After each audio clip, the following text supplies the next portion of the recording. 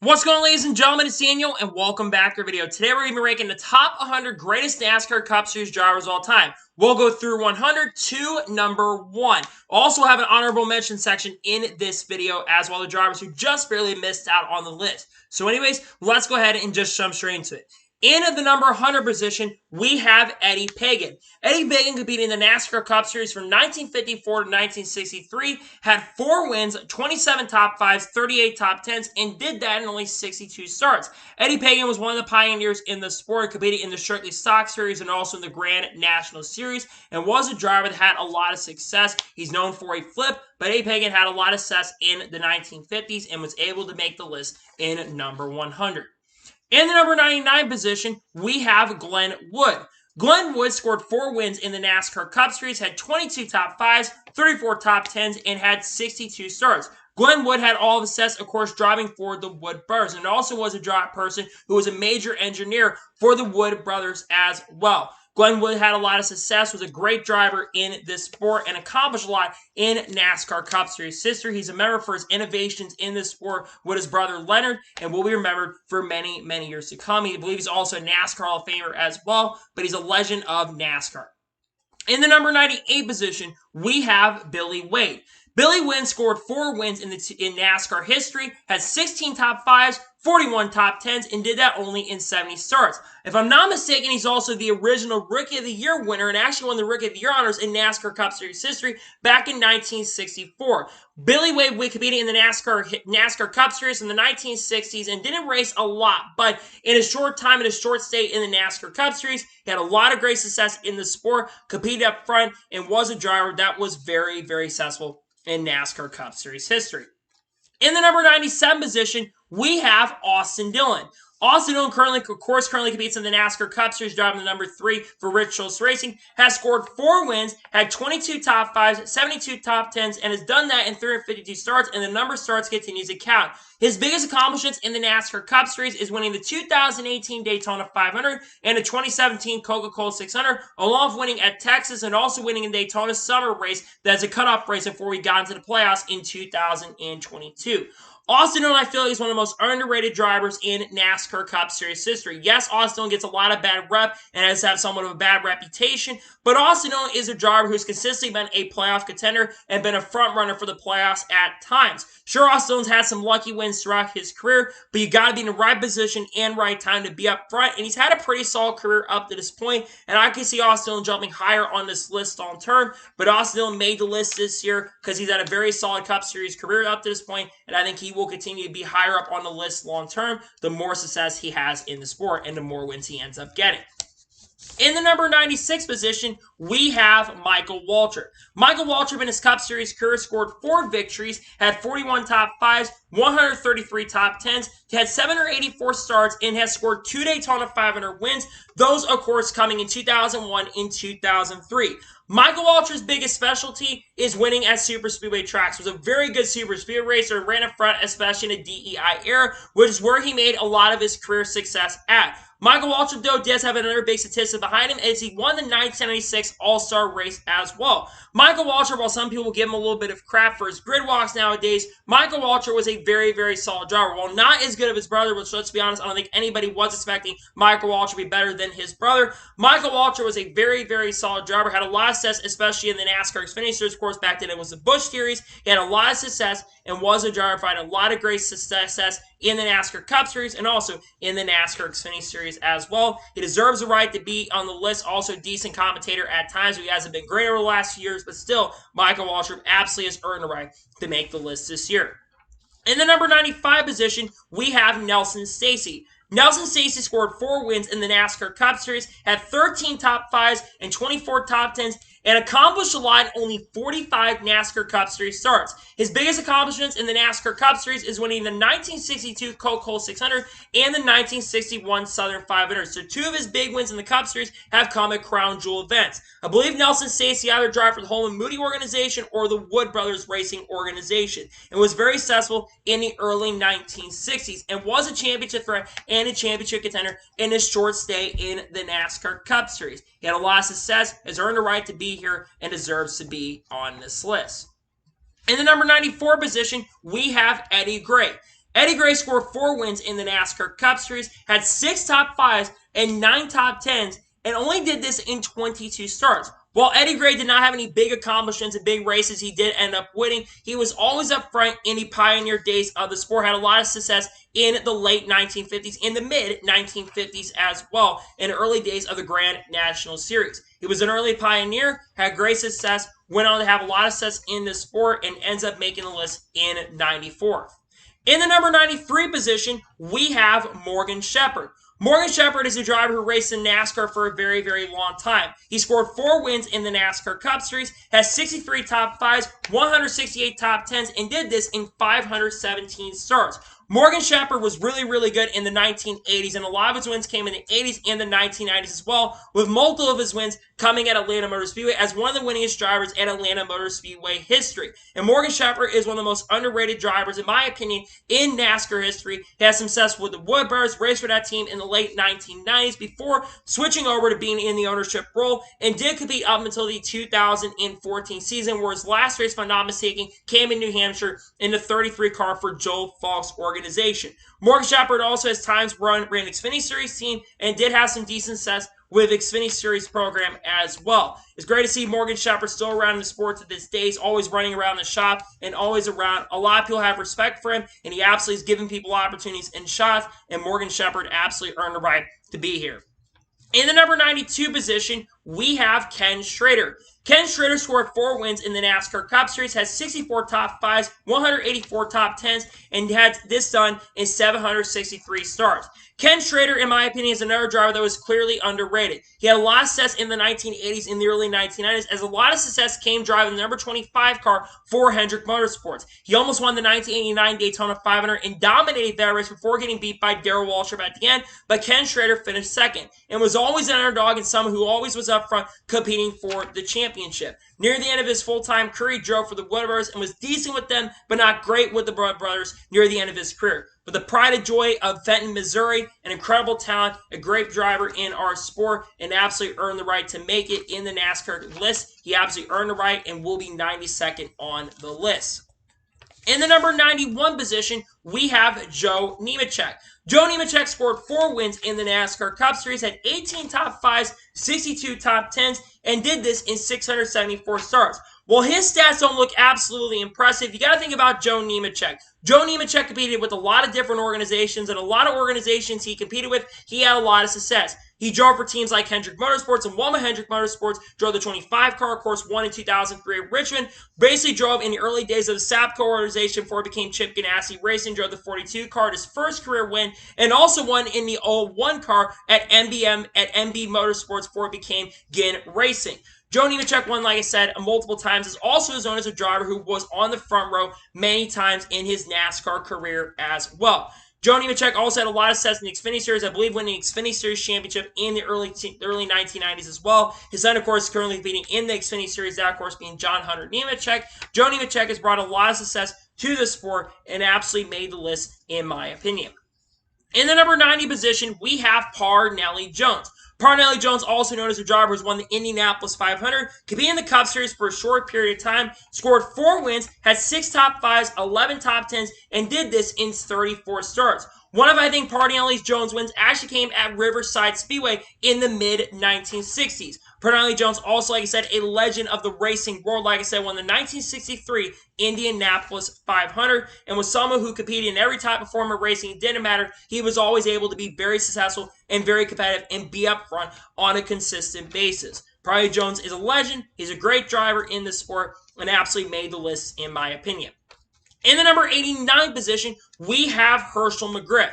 Herschel McGriff has competed in NASCAR for a very, very long time and most recently competed last in 2015, but started racing in the 1950s and 1960s. He scored 4 wins in the NASCAR Cup Series, had 17 top 5s, had 31 top 10s, and did this in 87 starts. In a short time, Herschel McGriff is also a NASCAR Hall of Famer, as well as he won a lot of races in what was back then the Winston West Series, and also now what the ARCA West Series has become, and is a driver who is a legend on the West Coast in his racing career as well. He got in the Hall of Fame just most recently in 2023, and was very accomplished and very successful in this sport. Did a lot of great things in all forms of racing, was able to accomplish a lot in his NASCAR career. In the number 88 position, we have Pete Hamilton. Pete Hamilton scored 4 wins in the NASCAR Cup Series, had 26 top 5s, 33 top 10s, and did this in 64 starts. Pete Hamilton's biggest accomplishment is winning the 1970 Daytona 500. If I'm not mistaken, that was driving for Petty Enterprises. Pete Hamilton was a really good super speedway racer in the early days of super speedways becoming a thing, and Pete Hamilton also was up front on a very consistent basis and was an underdog at times for championships in his short stay in the NASCAR Cup Series. Pete Hamilton, a lot of people don't remember, but in my opinion, was a pretty solid driver back in the day. I didn't watch NASCAR back then, of course, but Pete Hamilton had a lot of success and absolutely earned the right to make it with 4 wins in his career, a pretty solid career in his own way and his own right. In the number 87 position, we have Bobby Hamilton. Bobby Hamilton scored 4 wins in the NASCAR Cup Series, had 20 top 5s, 67 top 10s, and also did this in 371 starts. What's also really cool about Bobby Hamilton is Bobby Hamilton is also the 2004 NASCAR Craftsman Truck Series champion, driving for his own organization. Bobby Hamilton competed for many organizations, drove for Morgan McClure, won a race for them in the late 1990s, I believe back in 1998, won with Petty Enterprises in 1997, driving the 43 car, 1996, driving the 43 car, and also won in 2001, driving the 55 car in the NASCAR Cup Series as well at Talladega. Bobby Hamilton was always up front, competing at times, was very underrated at times, and could compete for wins on a pretty consistent basis when he was up front. And also, like I said, had a lot of success in the Truck Series and sometimes in the Xfinity Series as well. Bobby Hamilton, of course, his career unfortunately got cut short. He was going to race 2007, but unfortunately passed away due to cancer in 2007. Nonetheless, Bobby Hamilton, great driver in the sport. Fortunately, some wasn't as good, but nonetheless, Bobby Hamilton did have a pretty good career in NASCAR in all forms, especially in the Cup Series. In the number 86 position, we have Bob Flock, the first of 3 Flocks on this list, part of the big Flock family, the original trio of family in the sport. Bob Flock scored 4 wins in the NASCAR Cup Series, had 11 top 5s, 18 top 10s, and did this in 36 starts. Bob Flock was always a driver who was pretty much up front and always was known for being a big part of the history of the Flock family and also the early portion of NASCAR Cup Series history as well. While his career did end very early, he went into the management stuff and also worked on the car shop and worked in that area in his career. One of the early pioneers of the sport, did a lot of great things and earned the right to be here with 4 wins, a pretty solid NASCAR Cup Series career in a short period of time. In the number 85 position, we have Charlie Glotzbeck. Charlie Glotzbeck scored 4 wins in the NASCAR Cup Series, had 38 top 5s, 50 top 10s, and did this in 124 starts. Most of Charlie Glotzbeck's accomplishments were in the 1960s and the early 1970s. If I'm not mistaken, he competed in other forms in NASCAR as well. I think in the Sportsman division, before that became the Xfinity Series division. And Charlie Glotzbeck had raced in NASCAR, like I said, for a pretty short period of time. 124 starts is not a lot, especially back then. But in a short stay in NASCAR, he did have a lot of success and graced the sport and was able to accomplish a lot. So, great career for Charlie Glotzbeck with 4 wins in his NASCAR Cup Series career. In the number 84 position, we have Tyler Reddick. Tyler Reddick, of course, currently drives a 45 car for 23XI Racing, has scored 4 wins so far in the NASCAR Cup Series, has 21 top 5s, 48 top 10s, and has done this so far in 126 starts, and the starts in the top 5s and top 10s continue to climb.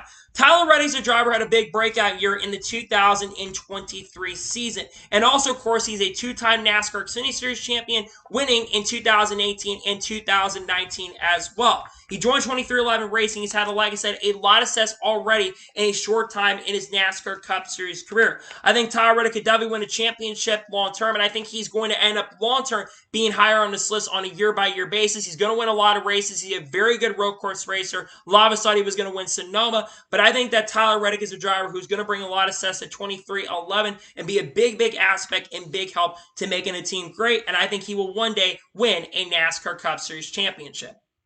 In the number 83 position, we have Ralph Moody, half of Hallman Moody. Ralph Moody scored 5 wins in the NASCAR Cup Series at 18 top 5s, 27 top 10s, and did this in 47 starts. Like I said, Ralph Moody was part of Holman Moody organization and drove for the Holman Moody organization as well. And like I said, had a lot of his success in the early days. And I believe maybe at one point maybe had the Hudson Hornet at one point, I'm not entirely sure. That being said, a lot of success was in the 1950s and 1960s, and I believe he almost became a Hall of Famer in NASCAR history as well. A great pioneer in the sport, had a lot of success, helped bring Holman Moody, helped a lot of drivers like Fun and Renzo, we're going to talk about later on this list, but Ralph Moody absolutely earned the right to make it and sits 83rd on this list. In the number 82 position, we have Jeremy Mayfield. Jeremy Mayfield scored 5 wins in the NASCAR Cup Series, had 48 top 5s, 96 top 10s, and did this in 433 starts. Obviously, Jeremy Mayfield's career got cut short due to reasons I'm not really going to get into, but in his time in the NASCAR Cup Series, Jeremy Mayfield had a lot of success in and out. Drove for the Michael Cranafis organization, won races in the 12 car and almost won races in the 37 car as well, and also drove for Team Penske as well. Won races in 2000, scored 2 victories in the 2000 season, also won in 1998, and also went to Everham Motorsports and won in 2004 at Richmond and in 2005 at Michigan Speedway. That, of course, was his final win before leaving Everham due to reasons, and then he went over and drove the 36 for Bill Davis Racing. Then in 2008, 2009, was trying to set everything up, and then eventually his career came cut short, and he never came back to the sport. While Jerry Mayfield may have a hard time getting back into sport ever, Jerry Mayfield, I feel like, could have had a lot more success. Unfortunately, things went wrong for him, but Jerry Mayfield, in my opinion, absolutely earned the right with the success he did have in the sport in the short time he raced, and was a very, very good driver in his time and in his way as he made the list in 2023. In the number 81 position, we have Dave Marcus. Dave Marcus scored 5 wins in the NASCAR Cup Series, had 94 top 10s, 222 top 10s, 94 top 5s, 222 top 10s, and did this in 883 starts. Dave Marcus is one of the most underrated drivers in NASCAR history, and I believe he still holds the accolade currently of competing in the most Daytona 500s in NASCAR history with 33 Daytona 500 starts, had 32 consecutive, missed 2001 Daytona 500, and his final start came in 2002. Now, Dave Marcus, a lot of his success came in the late 1970s and the early 1980s as well. And the interesting thing about Dave Marcus is he was always up front competing for championships when he was basically running for his own organization. He never really drove for other organizations. He did it all pretty much on his own. And that's what's really cool about Dave Marcus is all success he had in the sport. I would love one day for Dave Marcus to make the NASCAR Hall of Fame just because of everything he was able to accomplish. But it's really cool to see that Dave Marcus had a lot of success in this sport and he earned the right to make it. In the number 80 position, we have Tiny Lund. Tiny Lund scored 5 wins in the NASCAR Cup Series, had 54 top 5s, 119 top 10s, did this in 303 starts, and his biggest accomplishment was winning the 1963 Daytona 500. Tiny Lund, of course, I believe was in substitution for Marvin Panch, I believe got injured during Daytona Speedways in 1963, so they decided to give Tiny Lund an opportunity and a shot to drive the number 21 car, and was able to accomplish something that no one really thought was going to be able to accomplish, and won his first career race in that 1963 Daytona 500, and will get more shots and opportunities to race with other really great and really awesome organizations as time passed and time did end up progressing. Tiny Lund is a very, very good driver, earned the right to be here, and like I said, his career unfortunately got cut short in 1975 after a crash, but Tiny Lund was very competitive in the 1960s, and after that win, he got more shots and opportunities and became a very successful driver. In the number 79 position, we have Dan Gurney. Dan Gurney scored 5 wins in the NASCAR Cup Series, of course, especially winning at Riverside, had 8 top 5s, 10 top 10s, and get this, he only did this in 16 starts. Dan Gurney is racely known as one of the greatest early pioneers of racing in general, as one of the greatest drivers in racing. He's, of course, one of the greatest American drivers in racing as well. I believe he has almost won the Indy 500. I believe he's also won Formula 1 races as well. One of the few drivers that has won Formula 1 races and NASCAR races and accomplished that. Dan Gurney was very, very successful, an incredible driver in his own way and his own right, and absolutely will be a driver that is a member for many drivers for years to come, and many drivers, especially guys like Kyle Larson, probably look up to Dan Gurney because of all success that he's had up to this point.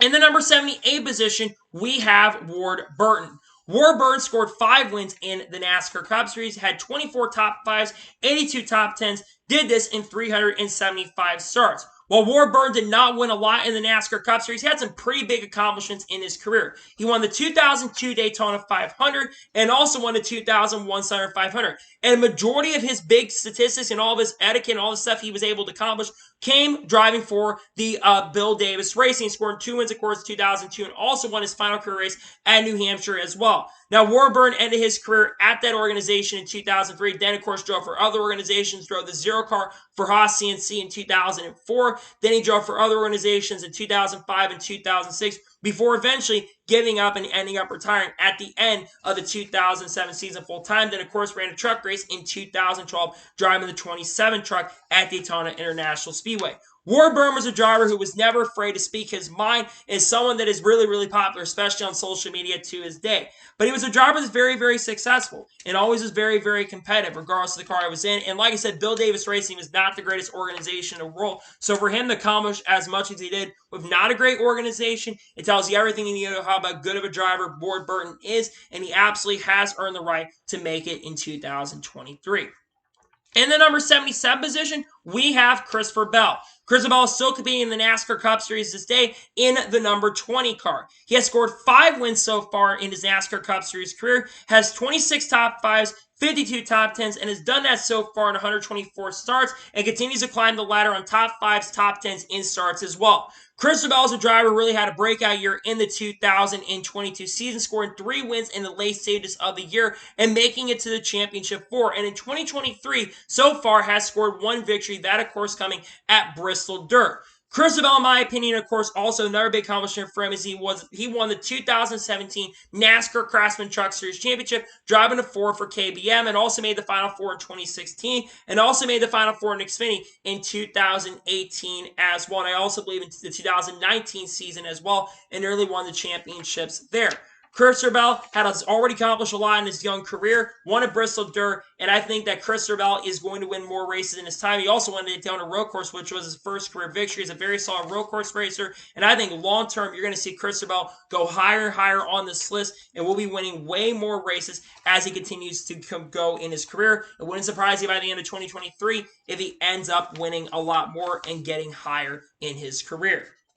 In the number 76 position, we have Marshall T. Marshall T scored 7 wins in the NASCAR Cup Series, had 9 top 5s, 11 top 10s, and did this in 23 starts. Marshall T is known as the King of the Beach. He had a very, very successful career, like I said, the King of the Beach, and one of the early pioneers of the sport, and also drove the famous Hudson Hornet. He was born Daytona Beach, worked in Daytona Beach, and died in Daytona Beach. I think 3 or 4 of his NASCAR Cup Series wins, like I mentioned and said, were from racing at Daytona Beach. Before it came Daytona National Speedway, everyone drove on the Daytona Beach road course, and they were able to win a lot with that famous Hudson Hornet. Won at other tracks as well, of course, but like I said, a lot of this came in the Daytona Beach area and was a big part of, like I said, getting the Hudson Hornet to show up in the sport, and he absolutely has earned the right to make it this year. Marshall T is a great driver, a great legend of the sport, and someone who was very successful in early pioneer days of the sport.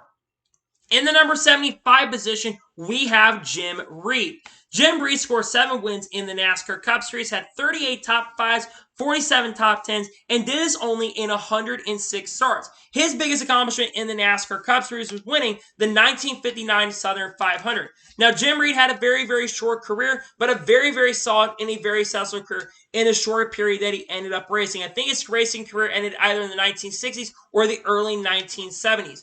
Jim Reed, very solid driver overall, brought a lot of success. I think he drove for some really good organizations in his career as well. And to win the Southern 500, which is one of the toughest races to win in NASCAR, is a pretty incredible accomplishment as well. And to make it here with 7 victories, absolutely amazing and incredible. In the number 74 position, we have Alex Bowman.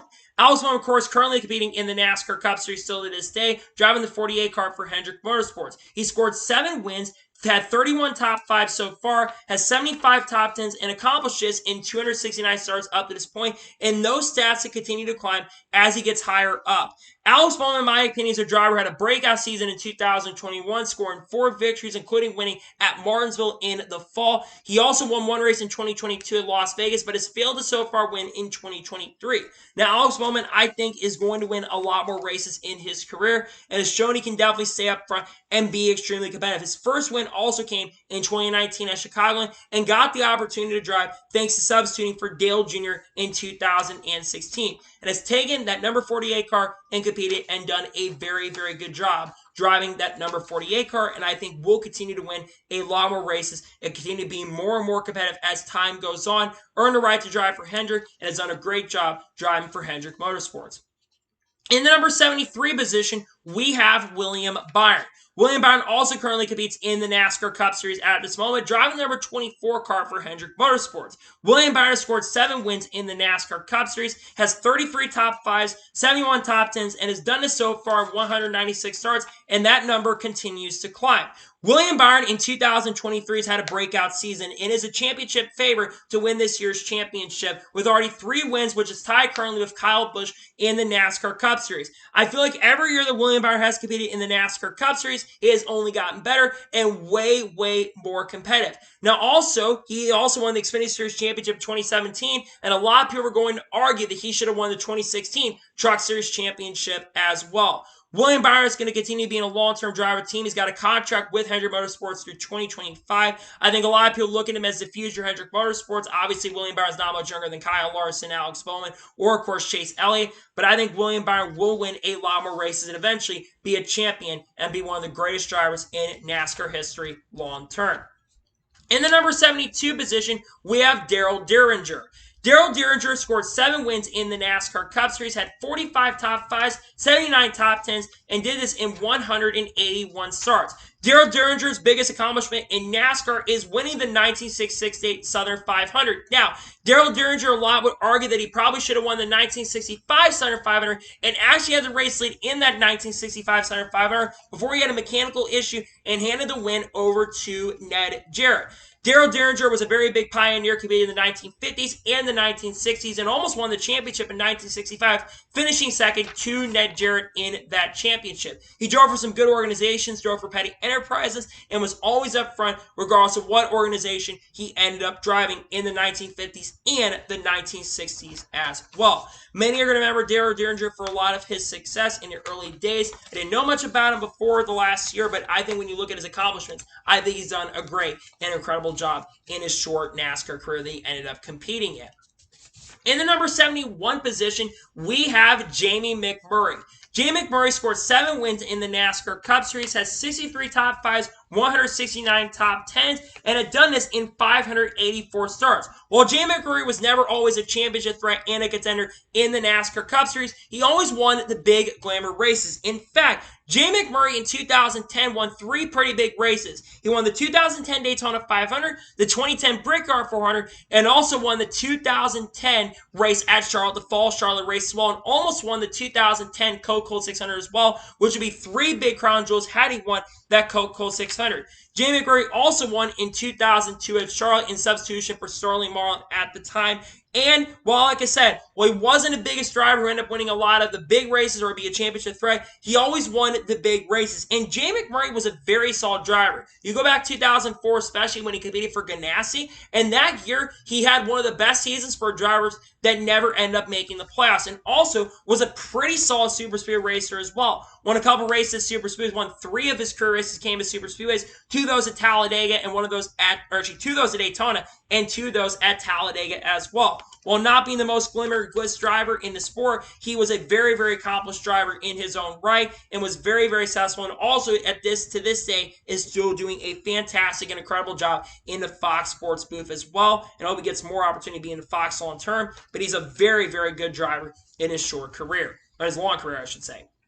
In the number 70 position, we have Alan Kulwicki. He's mainly known for the Polish Victory Lap. Alan Kulwicki scored 5 wins in the NASCAR Cup Series. He actually accomplished something really, really cool by winning the 1992 NASCAR Cup Series champion as an underdog team. He scored 38 top 5s, has 75 top 10s, and did this in 207 starts.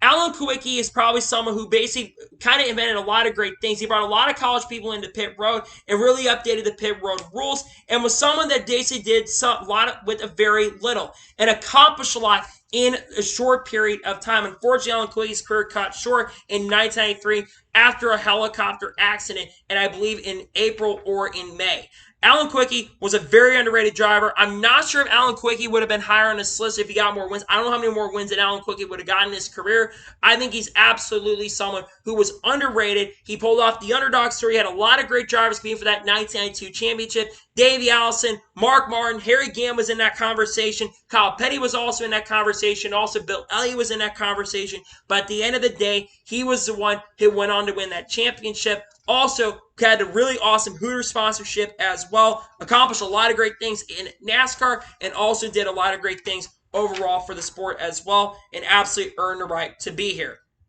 In the number 69 position, we have A.J. Foyt. A.J. Foyt is known as one of the greatest race car drivers ever in racing history. He also competed in NASCAR. He scored 7 wins, had 29 top 5s, had 36 top 10s, and did this in 128 starts. A.J. Foyt's first career NASCAR win came in 1964 at Daytona on the banks in July, but his biggest accomplishment in NASCAR was winning the 1972 Daytona 500. A.J. Foyt, regardless of what he did, he won everything. He won USAC races, USAC stock car races, and also is an Indy 500 champion, I believe winning 4 Indianapolis 500s.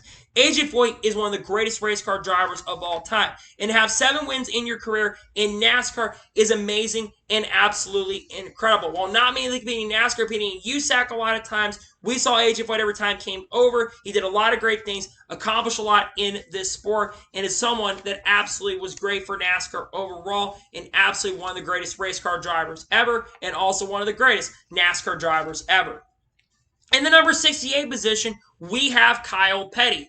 Kyle Petty has scored 8 wins in the NASCAR Cup Series, had 52 top 5s, 173 top 10s, and did this in 829 starts. Kyle Petty's biggest accomplishment in his NASCAR Cup Series career was, of course, winning at North Wilkesboro in the mid-1980s, actually at Richmond, in the 1980s. And also, his biggest accomplishment was winning the 1987 Coca-Cola 600. And Kyle Petty had a pretty big knack for winning Rockingham. A majority of Kyle Petty's career wins in NASCAR came at Rockingham Speedway.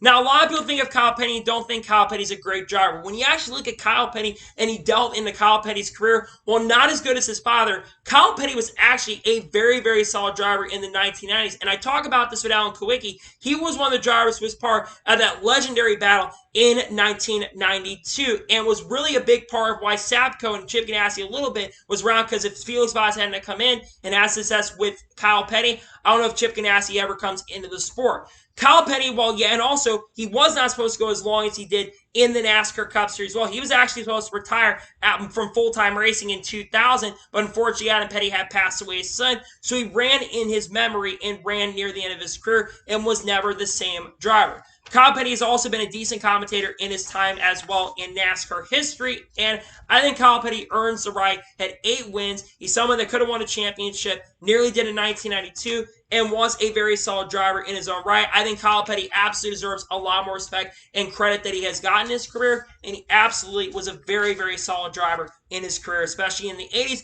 and the 1990s as well. In the number 67 position, we have Ryan Blaney. Ryan Blaney currently, of course, competes in the NASCAR Cup Series, driving the number 12 for Team Penske. Ryan Blaney has 8 career NASCAR Cup Series victories, has 65 top 5s, 122 top 10s, and has done that so far in 286 starts, and the numbers continue to climb. His biggest accomplishment so far in his NASCAR Cup Series career is ending a 59-race winless streak and winning the 2023 Coca-Cola 600. Ryan Blaney had his most dominant performance in the 2023 Coca-Cola 600 in his career so far. While a lot of people think that Ryan Blaney is someone who has not earned a lot of the wins and his wins have been kind of fluky, look back at that 2018 Charlotte Roval race, Ryan Blaney's always a driver who's up front and is always very, very consistent on a consistent basis and is always up front in top 5 and top 10 in the championship. I believe he's a lot of times has never failed to finish in the top 10 in the championship, which is extremely impressive. Many people look at Ryan Blaney as the leader currently at Team Penske right now and has a chance to win the regular season championship in 2023. And maybe, just maybe, Ryan Blaney will be able to win a lot more races. I think he's going to win a lot more races in his time, but so far has accomplished a lot in a short period of time, and I believe will win more races in his NASCAR Cup Series career long term. In the number 66 position, we have Bob Welborn. Bob Welborn scored 9 wins in the NASCAR Cup Series, had 58 top 5s, 102 top 10s, and did this in 183 starts. While Bob Welborn did win some races in NASCAR, a lot of his success came in the early days of the convertible series and won 1958, 1959, and won a lot of races in the convertible series, but also Bob Welborn was pretty solid in the NASCAR Cup Series as well. I believe he competed for the Hall Moody organization as well, or drove for his own stuff. I'm not entirely sure. But Bob Welborn was very solid, like I said, in the 1950s and was able to win races in the late 50s and competed till the end of the mid 1960s as well. And his career on a pretty high and scored a lot of success and won a lot of races in NASCAR and has earned the right to be here with 9 wins, a very solid career. In the number 65 position, we have Paul Goldsmith. Paul Goldsmith scored 9 wins in the NASCAR Cup Series, had 44 top 5s, 59 top 10s, and did it in 127 starts. Paul Goldsmith's biggest accomplishment in his NASCAR career was winning the final race on the Daytona Beach Road Course in 1958, before, of course, it became Daytona National Speedway in 1959.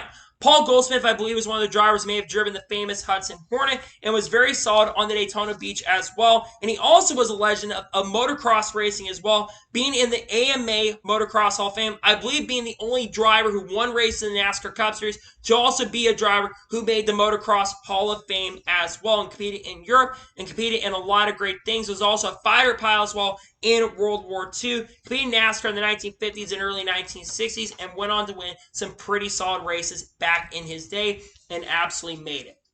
In the number 64 position, we have Cotton Owens. Cotton Owens scored 9 wins in the NASCAR Cup Series, had 52 top 5s, 84 top 10s, and did this in 160 starts. But a lot of Cotton Owens' success is being a mechanic and engineer in NASCAR and basically transition away from racing, transition away to becoming an owner, and basically won some races as an owner in the NASCAR Cup Series, I believe including David Pearson. Cotton Owens, though, in his racing career, was able to bring a lot of success to the teams that he ended up driving for and was very successful in the 1950s and the early 1960s as well. Cotton Owens was one of the early pioneers of the sport, transitioned to ownership side of things, and was able to bring a lot of success to NASCAR in his career and is able to have a very, very solid NASCAR Cup Series career in the 1950s and the early 1960s as well. In the number 63 position, we have Clint Boyer.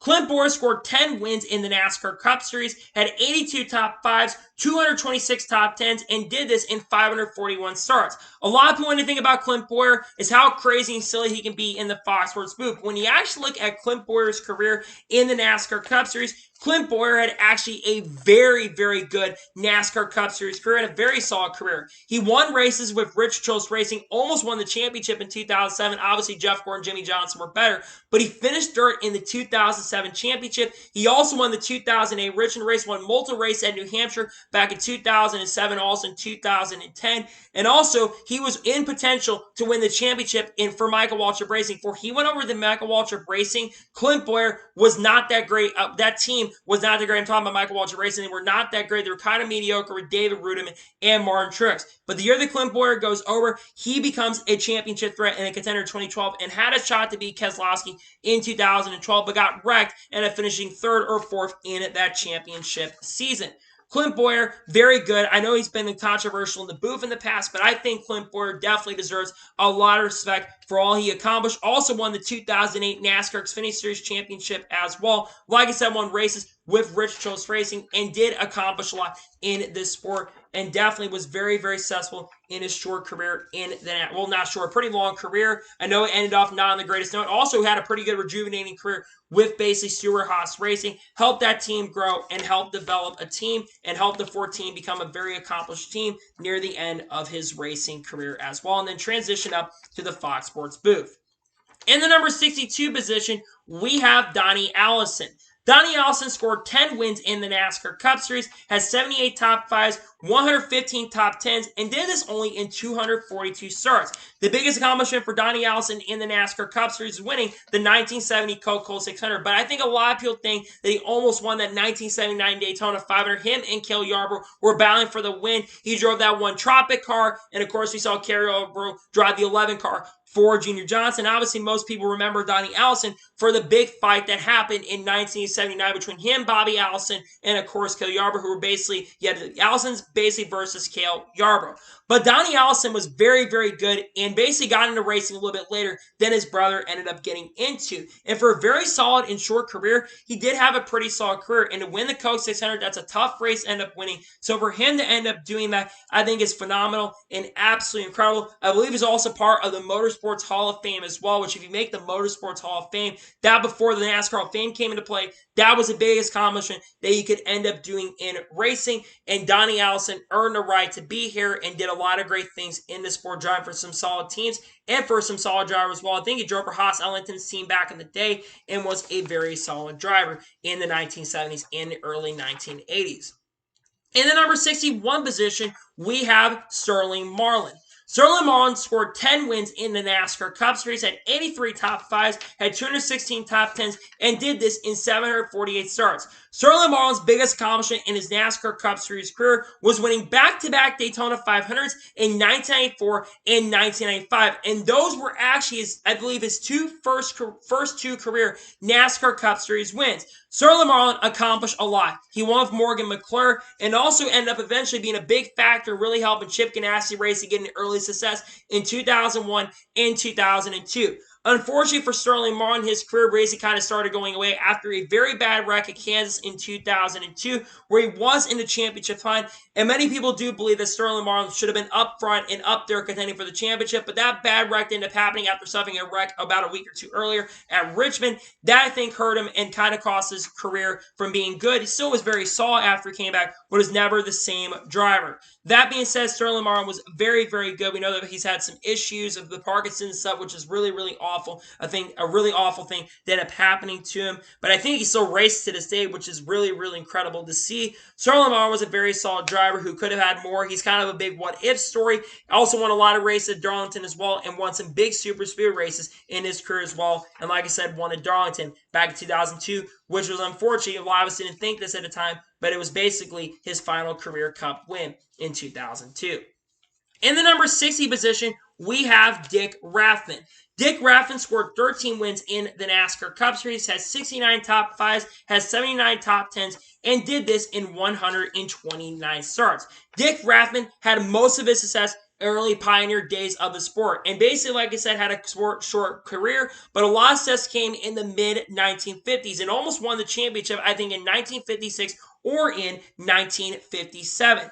And I think Dick Rathman is a driver that a lot of people don't really talk about as much because, like I said, a lot of success came in the 1950s. But he drove for some pretty solid teams and drove a pretty good career overall. I feel like he's someone that a lot of people do forget, but I think he should not be forgotten. Having 13 wins is pretty incredible, and not many drivers in NASCAR history can say that. In fact, only 60 drivers can say they at least have 13 wins in their career. As Dick Rathman continues to be remembered, hopefully he is remembered. I think he had a lot of success in West racing as well, and nonetheless was a very, very solid driver in his career. In the number 59 position, we have Tim Richmond. Tim Richmond scored 13 wins in the NASCAR Cup Series, had 42 top 5s, 78 top 10s, and did this in 185 starts. And his biggest accomplishment was winning the 1986 Southern 500. He is, in my opinion, one of the biggest what-if stories in NASCAR Cup Series history, because you think about this, we may not be talking about Dale Earnhardt being a 7-time champion, because we know this back in 1986 and 1987, Tim Richmond was very competitive, basically Dale Earnhardt's biggest adversary back in the mid-1980s, and unfortunately passed away due to AIDS in 1988, but even back in 1987, he came back and was still racing. Tim Richmond, actually 1988, I think he was still racing at points too. He came, of course, from the Open Wheel Series and was basically known as Mr. Hollywood. I think he would have really brought Rick Hendrick to more and more success in the early days of his sport. A lot of success came with Rick Hendrick's team and really built that team. And one of the big aspects and big reasons why we've seen Hendrick Motorsports being one of the greatest teams in NASCAR. In fact, probably the greatest team in NASCAR history. Tim Richmond has been one of the biggest what-if stories. I think he could have had a lot more success in the sport and won a lot more races had things gone his way, but he still was a very, very good driver in his short career, but I feel like he could have won a lot more and probably would have been a NASCAR champion had things not happened the way they ended up happening.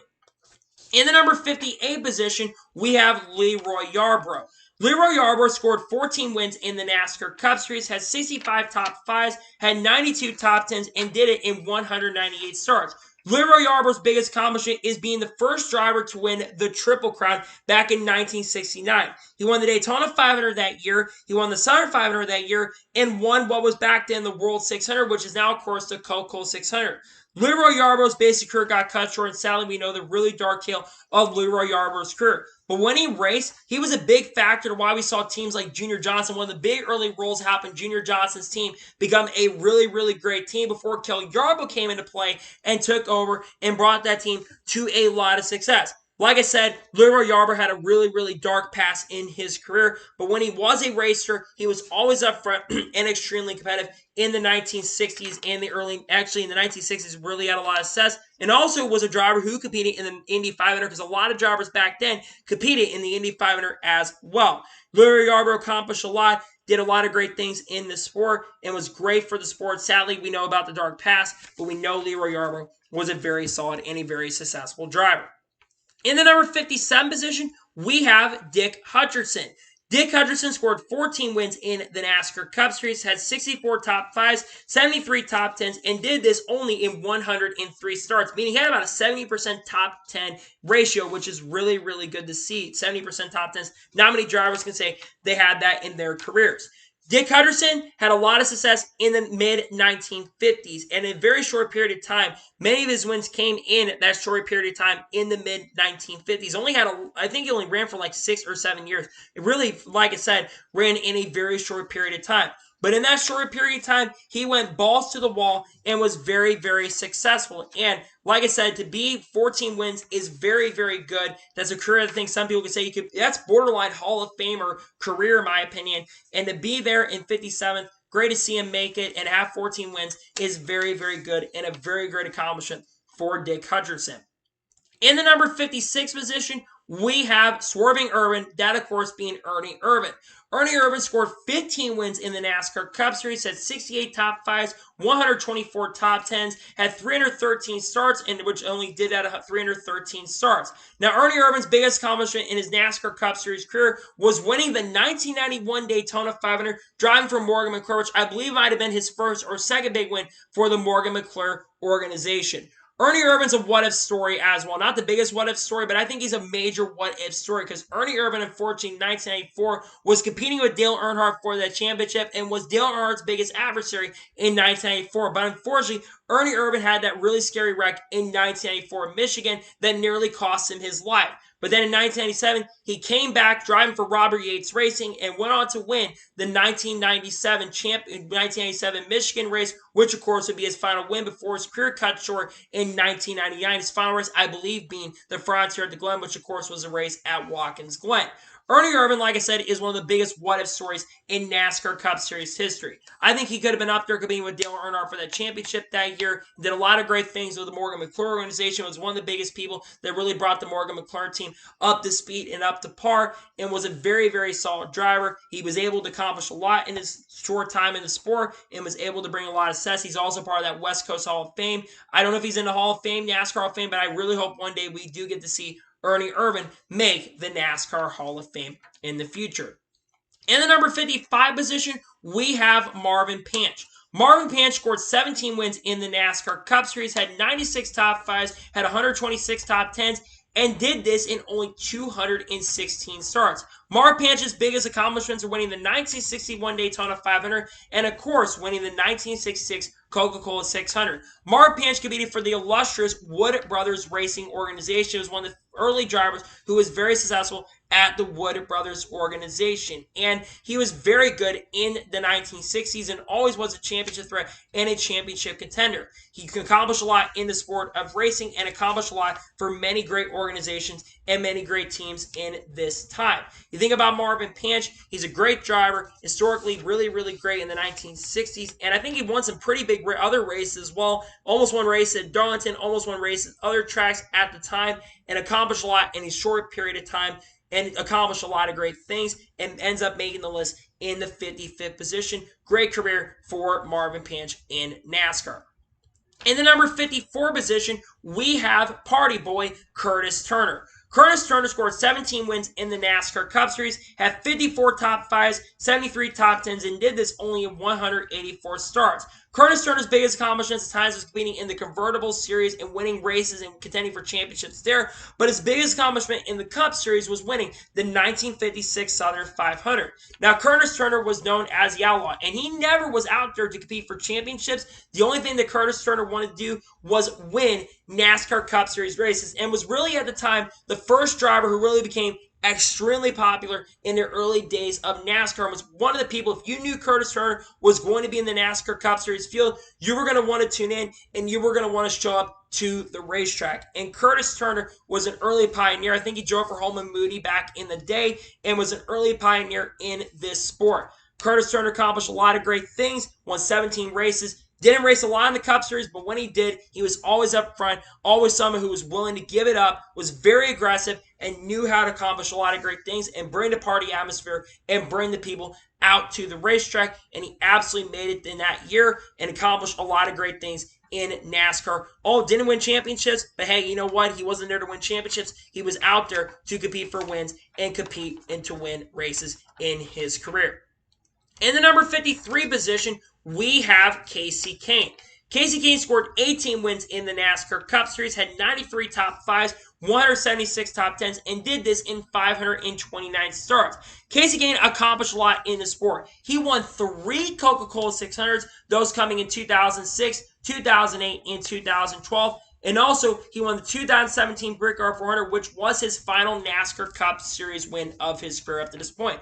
Though Kasey Kahne as recently has expressed interest and wanted to come back and race in the sport. Kasey Kahne was a very good driver in the early 2000s, in the mid-2000s as well. He was a really good rookie in 2004. While not winning a race that year, he was a driver who nearly made the playoffs that season. And he had one of the best rookie seasons despite not winning a race. Then in 2005, he was finally able to accomplish a winning at Richmond. Then in 2006, went on to win 6 or 7 races and was known as someone as the mile-and-a-half king back in 2006. Then won races in 2008. Then he went to Hendrick Motorsports and was up front competing for the championship that year in 2012. And was still pretty solid in 2013, pretty underrated that year, scoring some wins that year. I think winning at Bristol and also, of course, winning that year as well at Pocono, edging out Jeff Gordon, which is really, really incredible and impressive.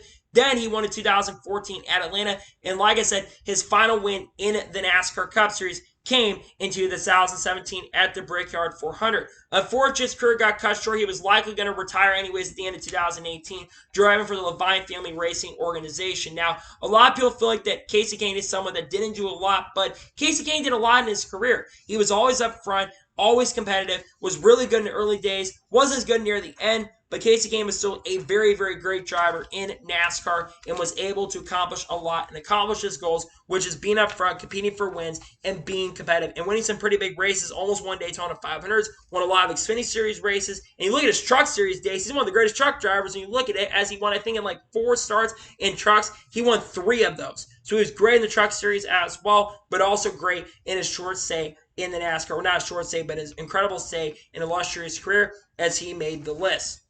In the number 52 position, we have Ryan Newman. Ryan Newman scored 18 wins in the Cup Series up to this point, has 117 top 5s, 268 top 10s, and has done this so far in 726 starts. We've seen Ryan Newman make a return to the NASCAR Cup Series recently, as he currently drives a 51 for Rick Ware Racing, or so the 15 or 51 for Rick Ware Racing. Now, Ryan Newman is known as the Rocket Man for a big reason, as Ryan Newman is known as for winning a lot of poles. When you go back in the day, Ryan Newman was someone who could win the poles. Every Friday, everyone was watching say, hey, can Ryan Newman win the pole? Because that 12 car in the early 2000s, the mid 2010s was always up front. He kind of started falling off in that area after 2007, but he also accomplished a lot as well. Ryan Newman won the 2008 Daytona 500, driving for Team Penske, and also driving for Stu Ross Racing, was one of the OG drivers at Stu Ross Racing, driving the 39 car. He went on to win the 2013 Brickyard 400 as well. And then Ryan Newman went over to Rich Schultz Racing in 2014, and I have to say, he almost won the championship in 2014 despite not winning a race that season. And then his final win came in 2017 at the time when Rich Schultz Racing was struggling. Ryan Newman, while yes, he was someone a lot of people thought was going to be better than Jimmy Johnson at the time, well, he didn't accomplish much as Jimmy Johnson. Ryan was still a very solid driver, of course. 2003, went on to win 8 races that season. So Mayfield thought, hey, he's going to win a championship in 2004. And while he wasn't as good after 2003 and was feast and famine that season, he's a big reason why we have the chase nowadays or the playoffs nowadays. He still was a very great driver in NASCAR Cup Series history and accomplished a lot in his racing career and absolutely was a great driver in this sport. In the number 51 position, we have Harry Gant. Harry Gant scored 18 wins in the NASCAR Cup Series, had 123 top 5s, had 208 top 10s, and did this in 474 starts. Harry Gant accomplished a lot in the sport. His biggest accomplishments, of course, were winning 2 Southern 500s. But Harry Gant was someone who came into the sport very, very late. In fact, he was one of the older drivers that really peaked in his career, as his first win came at the age of 41 years old. And Harry Gant is known as Handsome Harry Gant, but also known as Mr. September, as Harry Gant ended up scoring basically 2 years where he won. He was known as Mr. September because I think he won 3 or 4 in a row in September of 1991, including in the Southern 500. And Harry Gant is still known to this day as the oldest winner in NASCAR Cup Series history. He drove that Skull Bandit car, that legendary Skull Bandit car that had a lot of success. And Harry Gant is known as one of the greatest drivers in racing history to this day. Harry Gant will be known as a legend of the 1990s and also was part of that legendary 1990s battle as well. Almost won the 1991 championship as well and accomplished so much in the world of racing as well, and absolutely earns the right to be here as he currently sits 51st on the list with 18 career victories, was great for the sport, and a very accomplished driver in his time, a legend of the world of racing. In the number 50 position, we have Neil Bonnett. Neil Bonnett scored 18 wins in the NASCAR Cup Series, had 83 top 5s, 156 top 10s, and did this in 362 starts. Neil Bonnett was extremely competitive in the 1970s and the 1980s. His biggest accomplishments were winning the 1981 Southern 500 and the 1983 Coca-Cola 600. Neil Bonnett also is a very, very awesome and a really, really great commentator for CBS as well, when he commentated for CBS back in the mid to late 80s and the early 90s as well. Like I said, Neil Bonnett was really, really strong. Of course, one of the people that was part of the legendary Alabama game, of course, from Alabama, and was very successful. I think won races at Talladega and also was competitive at Daytona as well. Was really, really strong and a really, really great super speed racer back in the day as well. And like I said, part of the legendary Alabama game. He's a legend of the sport. He's an icon to the racing world, and nonetheless is one of the greatest NASCAR drivers of all time. And he sits currently 50th on the all-times list in number 50.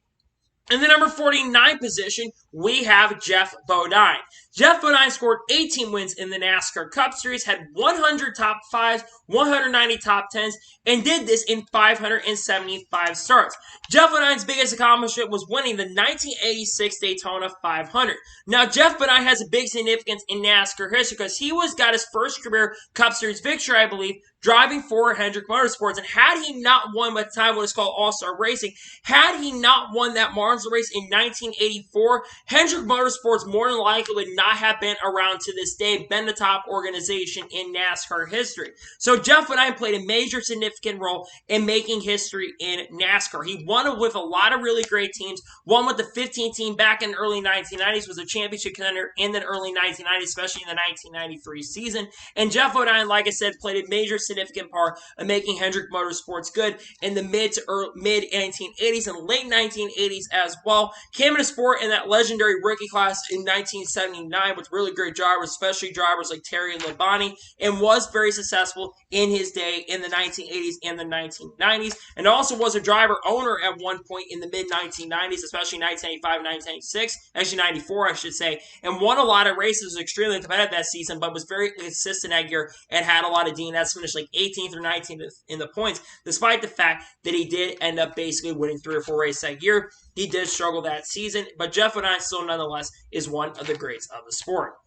In the number 48 position, we have Chase Elliott. Chase Elliott currently competes in the NASCAR Cup Series, driving the 9 car for Hendrick Motorsports. In his current short career, Chase Elliott has scored 18 wins. He also is a NASCAR Cup Series champion, though winning the 2020 NASCAR Cup Series championship in just his 5th full-time NASCAR Cup Series season. Chase Elliott has scored 89 top 5s, has 142 top 10s, and has done this so far in 265 starts, and those stats are going to continue to increase. While Chase Elliott has not won a race in nearly a year, Chase Elliott is still one of the top dogs and still one of the best drivers currently in the NASCAR Cup Series to this day. While he still looks to make the playoffs, we talk about Chase Elliott. He's accomplished a lot at such a young age. Chase Elliott is only 27 years old, and for him to already have accomplished this much at this young of an age is really incredible and absolutely amazing. He also has another big accomplishment that he won the 2014 NASCAR Xfinity Series Championship. Of course, back in 2014, it was called the Nationwide Series, but we saw Chase Elliott accomplish a lot coming up. He finally got the first win in 2018 and Watkins Glen, and is a really good road course racer as well. He's the winningest road course driver currently in the Cup Series to this day. Nearly half of his Cup wins have come on road courses, but he's also been really good on the traditional intermediate tracks as well, and is a driver nonetheless that is going to continue to bring a lot of success to the Hendrick Motorsports Group long term and win more races and win more championships. In the number 47 position, we have Greg Biffle. Greg Biffle scored 19 wins in the NASCAR Cup Series, has 92 top 5s, 175 top 10s, and did this in 515 starts. Greg Biffle was a late bloomer coming into the NASCAR Cup Series. He was a rookie at the age of 33 years old in 2003. He won his first career Cup Series race in that 2003 season at Daytona. Then in 2004 went on to win 2 races, and in 2005 became a championship threat and a contender, and one of the few years he really was a championship threat and contender. His biggest accomplishments in the NASCAR Cup Series was winning 2 Sauter 500s back-to-back in 2005 and 2006. And Greg Biffle also is known for being a really strong intermediate racer, where he won a lot of his career races on intermediate tracks as well, including in 2012 and also his final career win coming at Michigan in the 2013 season. But Greg Biffle driving for Roush, he was very, very successful, a very accomplished driver in his day, and he also won a Truck Series championship in 2000 for Roush, and also won the 2002 NASCAR Busch Series championship. At time now it's Xfinity Series, but back then it was Busch Series in 2002. Greg Biffle accomplished a lot in the racing world and absolutely was one of the greatest drivers in the day, especially in the mid-2000s, and almost won a championship multiple times in his career, was very good, and won a lot of races with Roush Fenway. At the time it was Roush Fenway, now RFK. He won a lot of races with those teams. In the number 46 position, we have Fonnie Flock. Fonnie Flock scored 19 wins in the NASCAR Cup Series, had 72 top 5s, 83 top 10s, and did this in 154 stops. Fonnie Flock, the second of 3 Flock brothers to make this list. Fonnie Flock was one of the original pioneers of the sport. His biggest accomplishment in his NASCAR Cup Series career was winning the 1952 Southern 500. Like I said, one of the trio of the Flock brothers, Fonnie Flock was always up front and extremely competitive. And like I said, one of the early pioneers of the sport, won a lot of the races, especially in the early to mid-1950s, was competitive for the championship multiple times, competing for wins on a consistent basis, and bringing a lot and really helping out the Flock name long-term. Fonnie Flock was a great driver in the days, and he's a pioneer of the sport and won at a lot of iconic racetracks. Like I said, including the Southern 500, he accomplished a lot in the NASCAR Cup Series in his short NASCAR Cup Series career. In the number 45 position, we have Buddy Baker. Buddy Baker scored 19 wins in the NASCAR Cup Series, has 202 top 5s, 311 top 10s, and did this in 700 starts. Buddy Baker was also the first driver to go over 200 miles an hour in NASCAR Cup Series history, I believe back in 1979 or 1980. But Buddy Baker accomplished a lot in NASCAR Cup Series history. He won the 1980 Daytona 500, he won the 1970 Southern 500, and is also a 3-time Coca-Cola 600 winner. Also, of course, known as the son of Buck Baker. We also know that Buddy Baker's driver was really, really strong and really great at super speedways, and was also known as driving the Gray Ghost car, which is one of the greatest paint schemes in NASCAR history to this day. Buddy Baker won a lot in the sport, accomplished a lot in this sport, did a lot of great things for the sport. His last race came back in the early 1990s. His last race, I think, came in 1992, I think, at Talladega. But he started his career in the late 1950s, had a career that went from 1959 up until 1992. So he lasted for a very, very long time, racing for his dad at the beginning. Then he drove the legendary 28 car, I believe the Haas Ellington machine. And nonetheless, Buddy Baker brought a lot of great success and a lot of great promise to the Baker name by being a championship threat and a championship contender year out and winning some legendary and great races in NASCAR history. In the number 44 position, we have Speedy Thompson. Speedy Thompson scored 20 wins in the NASCAR Cup Series, had 77 top 5s, 105 top 10s, and did this in 197 NASCAR Cup Series starts. Speedy Thompson's biggest accomplishment in NASCAR Cup Series history was winning the 1957 Southern 500. We know Speedy Thompson is a driver who was very, very successful in the 1950s, and a lot of his success came in the mid to late 1950s when he had a lot of races that you could end up winning. But Speedy Thompson was never completely a championship threat or a championship contender. But like I said, he was one of the early pioneers of this sport, and to win 20 races in your NASCAR Cup Series career is a very solid and a pretty good career. And Speedy Thompson accomplished a lot. I don't know a lot more about that, but Speedy Thompson won a lot of races in his career and was a very successful driver in the mid to late 1950s with a lot of great accomplishments and a lot of great things done in his time as a driver. In the number 43 position, we have Jack Smith.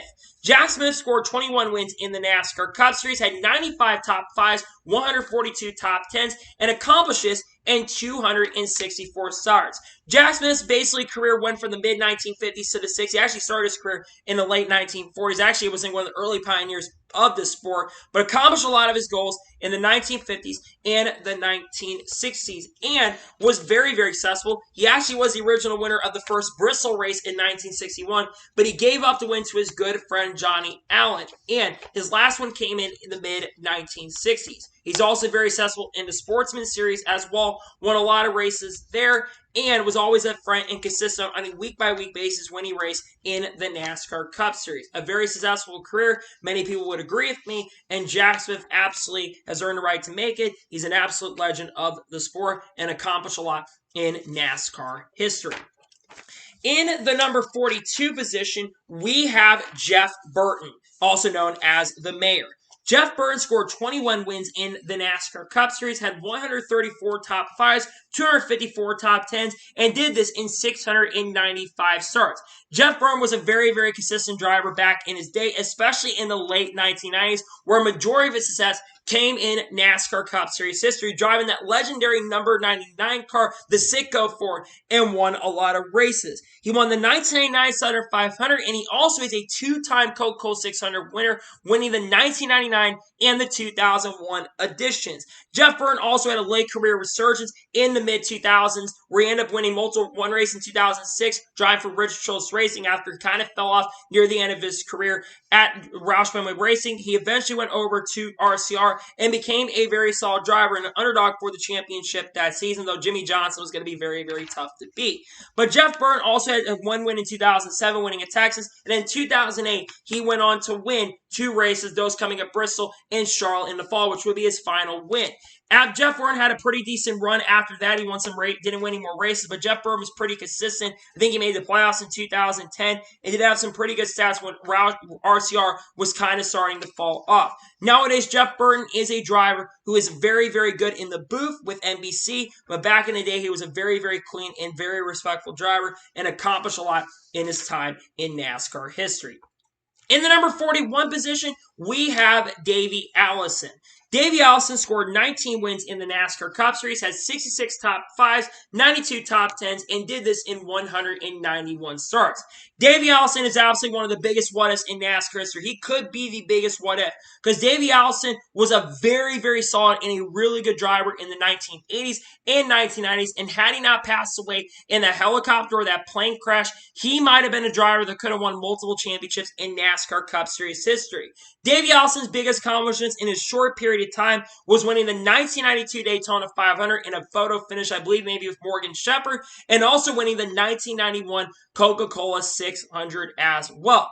Davey Allison was an absolute legend back in the 1980s and the 1990s as well, and was also very, very clean and a very respectful driver. And like I said, he could have been a driver that really could have stopped drivers like Dale Earnhardt and Jeff Gordon from winning championships back in the early days in the mid-1880s and the 1990s of this sport. Davey Allison is one of the most remembered drivers in NASCAR history. He was gone but not forgotten with all of his accomplishments and all of his success. And like I said, I do believe that he could have had a lot more success without that helicopter crash that ended up happening in the Talladega weekend. You remember back in 92, he probably should have won that championship, but he accomplished a lot in his NASCAR career.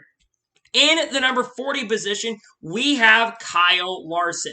Kyle Larson is still competing in the NASCAR Cup Series to this day, driving the number 5 car for Hendrick Motorsports. And so far in his Cup Series career, Kyle Larson has scored 21 victories. He won the 2021 NASCAR Cup Series Championship after winning 10 races in the 2021 season, has 95 top 5s, 153 top 10s, and so far has done this in 311 starts. Kyle Larson has been an absolute driver who has been an incredible driver regardless of what thing you put him into. Kyle Larson is one of the best drivers I think I've ever seen strapped into a race car. Like I said, back in 2021, after joining the first time for Hendrick after what happened in 2020, he got a second chance. He was really good with Ganassi. Everyone thought Kyle Larson might be one of the greatest drivers ever. And when he jumped into that Ganassi car, he almost won race in 2014 as a rookie and eventually got that first one in 2016. Then 2017 was a championship contender and won 4 races, but had an engine failure in the round of 12. Then in 2018 was very consistent but didn't win. Then 2019 won his final race with Ganassi at Dover. Then unfortunately he got suspended for something off track, basically at the Monza Madness race, so I'm not going to talk about that. And then obviously Kyle Larson got a second chance with Hendrick Motorsports and went on to win 10 races and win the championship. And that was the year that Kyle Larson won so many dirt races on a week-by-week basis, won pretty much every dirt race you can win. Kyle Larson is an amazing talent, an incredible driver, and also will be competing in the Indy 500 in 2024 as well for Aaron McLaren with Hendrick backing. I think Kyle Larson is one of the best, and I think he will continue to go up on the list. I think he will be a top 20 or top 25 great all time. But for now, Kyle Larson sits number 40 on the all-time list. In the number 39 position, we have Benny Parsons.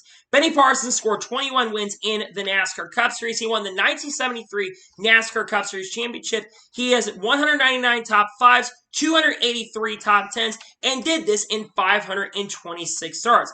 Benny Parsons was really, really good in the late 1960s and the late 1960s and the early 1970s as well.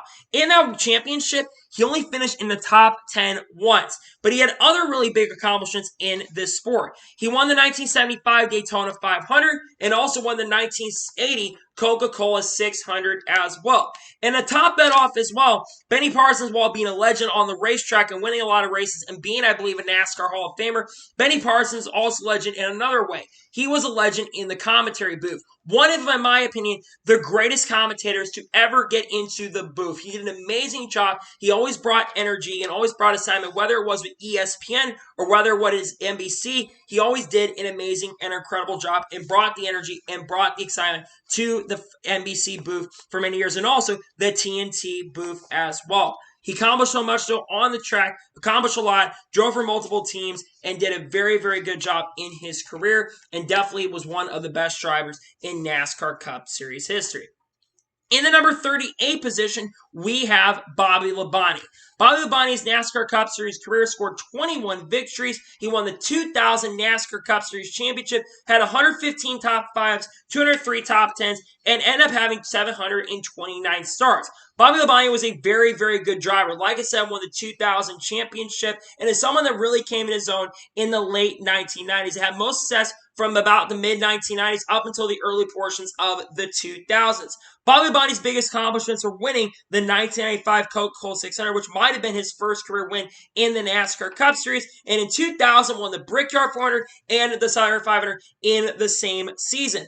Bobby Labonte's career kind of ended basically not the way I think a lot of people thought it was. I think Labonte kind of retired a little bit too late because I think a lot of people don't remember Bobby Labonte as fondly because he kind of ended his career way too late. But when Bobby Labonte drove that legendary 18 Interstate Batteries car, you knew that Bobby Labonte was going to be up front and always be a contender. Yes, I know the end did not go as well for Bobby Labonte, but he was always up front and always a contender. And Bobby Labonte had a lot of success in this sport, accomplished a lot, is a NASCAR Hall of Famer, which is absolutely well-earned and well-deserved in my opinion. Being a Cup champion, you always get in the Hall of Fame regardless, and was a legendary driver in his own way, stepping the foot and was going to be in the shadows of Terry Labonte and almost matched Terry Labonte in a lot of statistics. So congratulations to Labonte on an incredible career, and absolutely was a great driver in the sport. In the number 37 position, we have Terry Labonte. Terry Labonte scored 22 wins in the NASCAR Cup Series, scored 2 NASCAR Cup Series championships in 1984 and 1996, had 182 top 5s, had 361 top 10s, and did this in 890 starts. The biggest accomplishments of Terry Labonte outside of winning those 2 Cup championships are winning 2 Southern 500s. And what's interesting is his first career Cup Series victory was the 1980 Southern 500, and his final career Cup victory came in the 2003 Southern 500. Terry Labonte in the early 1990s when he joined Hendrick Motorsports was extremely successful. And like I said, won that second championship, but he's also very, very good driving for the 44 car. I can't remember what team it was, but he drove the 44 car and won a championship there in the 1984 season. He had a very longevity career, one of the longest careers in NASCAR Cup Series history to this day. And Terry Labonte did a lot of amazing and many great things in NASCAR Cup Series history, winning 2 Southern 500s, being honored as one of NASCAR's greatest 75 drivers in the history books. And Terry Labonte accomplished a lot in the NASCAR Cup Series in his career. In the number 36 position, we have Ricky Rudd. Ricky Rudd scored 23 wins in the NASCAR Cup Series, had 194 top 5s, had 374 top 10s, and did this in 906 starts, which if I'm not mistaken, that is the second most starts of any driver in NASCAR Cup Series history. Ricky Rudd was a driver who was extremely consistent. While never always being a championship threat and a contender, Ricky Rudd would always find a way to at least win one race every single year. I think he had that stretch from the mid-1980s all the way up to around 1997 or 1998. His biggest accomplishment in the Cup Series while having an Ironman stat, his biggest other accomplishment was winning the 1997 Brickyard 400 for his own car and own organization. Ricky Rudd had a lot of success with Hendrick Motorsports and, like I said, his own organization. But then he was able to go rejuvenate his career in the early 2000s, driving for Robbie Yates Racing starting in 2028 car, ended up almost winning the championship in 2001. And in 2002, he drove that for them again. But after that, left in 2003 to go drive for the Woodburns, take over for Elliott Sadler, and ended up having some decent success. Never had a championship run, was a pretty decent driver in those years. Ricky Rudd, nonetheless, is a very solid driver, known as the Rooster, incredible and excellent and amazing driver in his own right. In the number 35 position, we have Jim Paschal. Jim Paschal scored 25 wins in the NASCAR Cup Series, had 149 top 5s, 230 top 10s, and did this in only 421 starts. Jim Paschal, to a lot of people, someone that a lot of people look at the line for the NASCAR Hall of Fame, because if you can reach that Jim Paschal line and get the 25 wins, you're more than likely, if you're not a champion, you're more than likely going to end up making the NASCAR Hall of Fame. Now, Jim Paschal did accomplish a lot. He was a driver who raced in the early days of NASCAR, but he won 2 Coca-Cola 600s, which have 2 Coca-Cola 600 wins. I think is absolutely phenomenal and absolutely incredible. His lot of success came in the 1950s and also in the 1960s as well. Jim Paschal accomplished a lot driving back in the day and did a lot of great things in this sport and was an amazing driver back in the 1960s, winning many races and winning multiple Coca-Cola 600s as well, and accomplished a lot in NASCAR. In number 34 position, we have Joe Weatherly.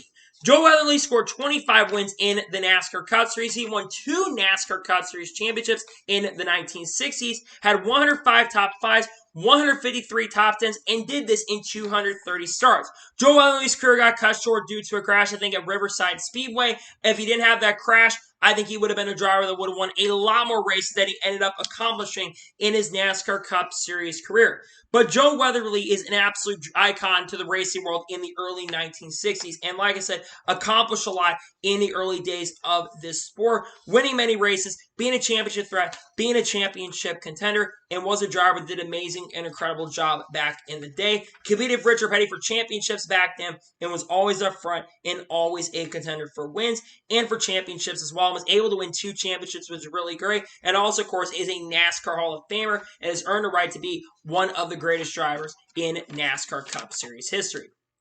In the number 33rd position, we have Fred Lorenzen. Fred Lorenzen scored 26 wins in the NASCAR Cup Series, had 75 top 5s, had 84 top 10s, and only did this in 158 starts.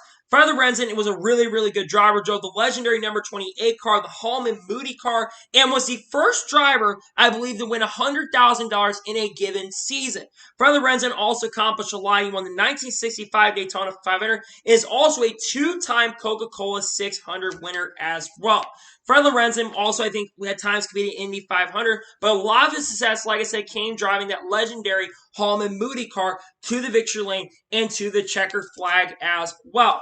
And to win as many races as he did, competing against some legends of the sport, was amazing to see. And a lot of chips on his shoulder back in the day. Did a lot of great things, though, with that Hallman Moody car and was able to win 26 races in his short NASCAR Cup Series career.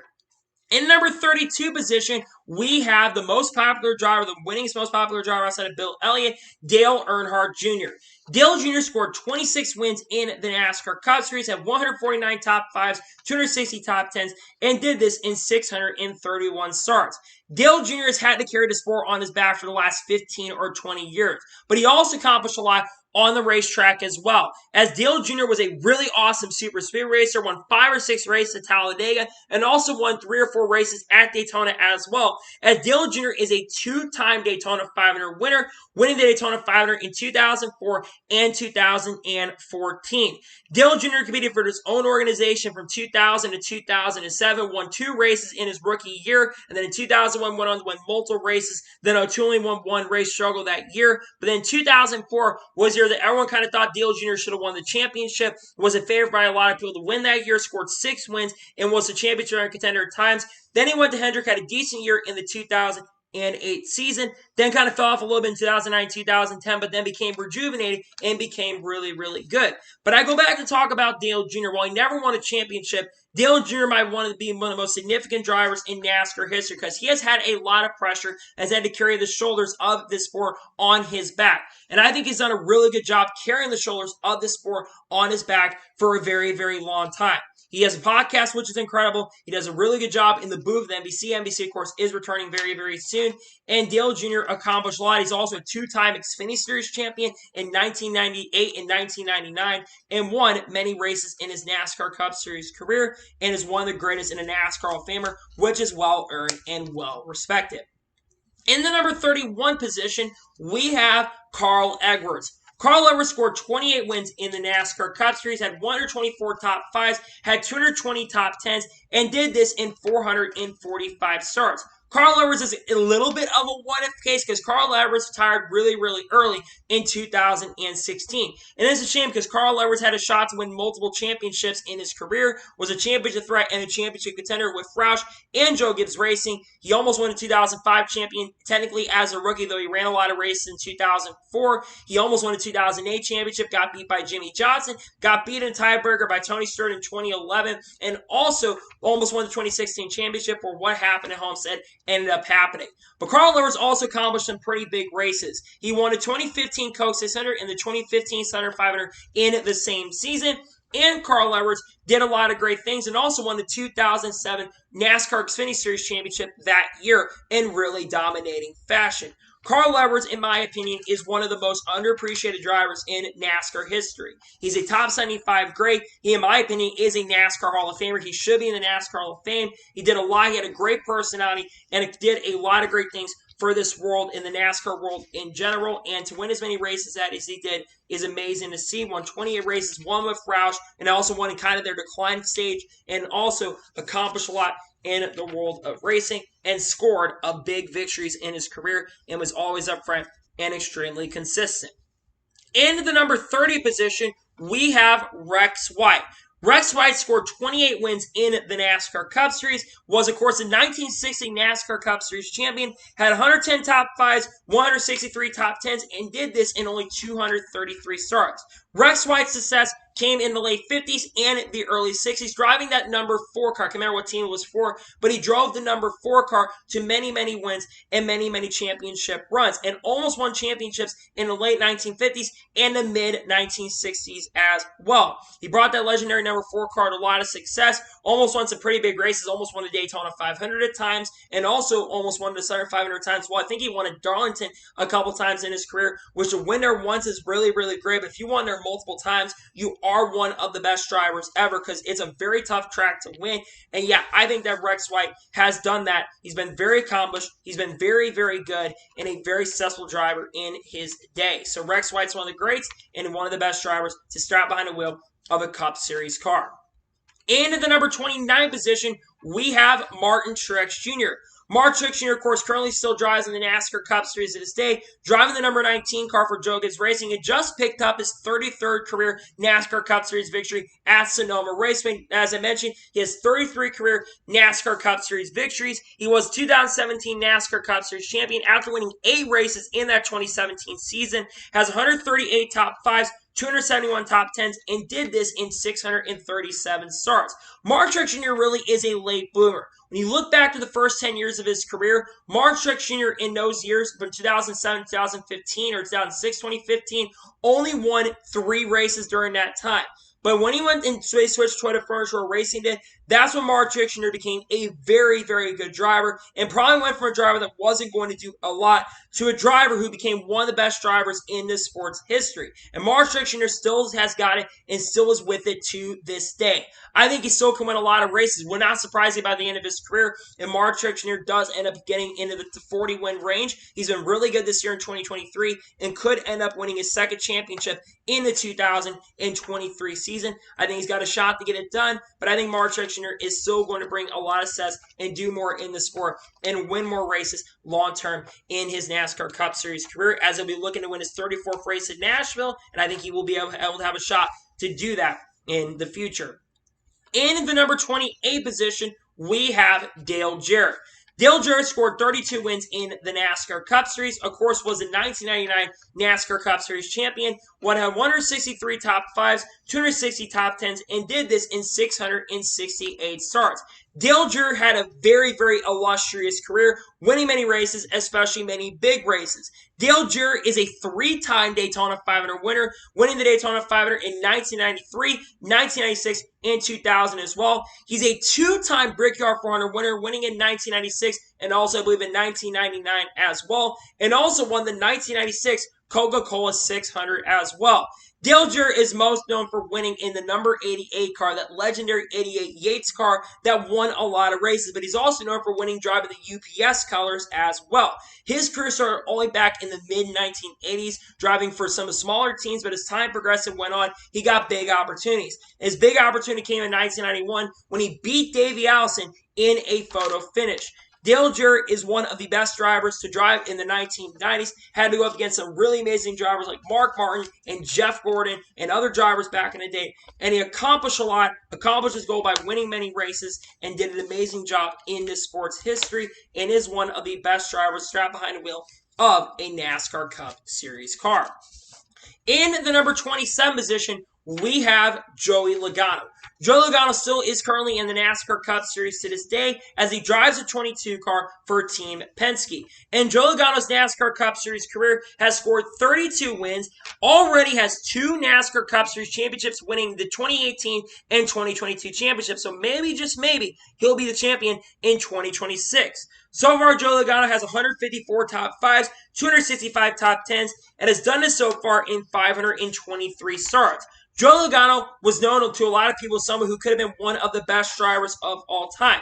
And what's crazy about Joey Logano is that Joey Logano has done a lot of this, and Joey Logano right now is only 33 years of age. So he could go on to win a lot more races. It would not surprise or shock if he's a 3 or 4-time champion by the end of his career.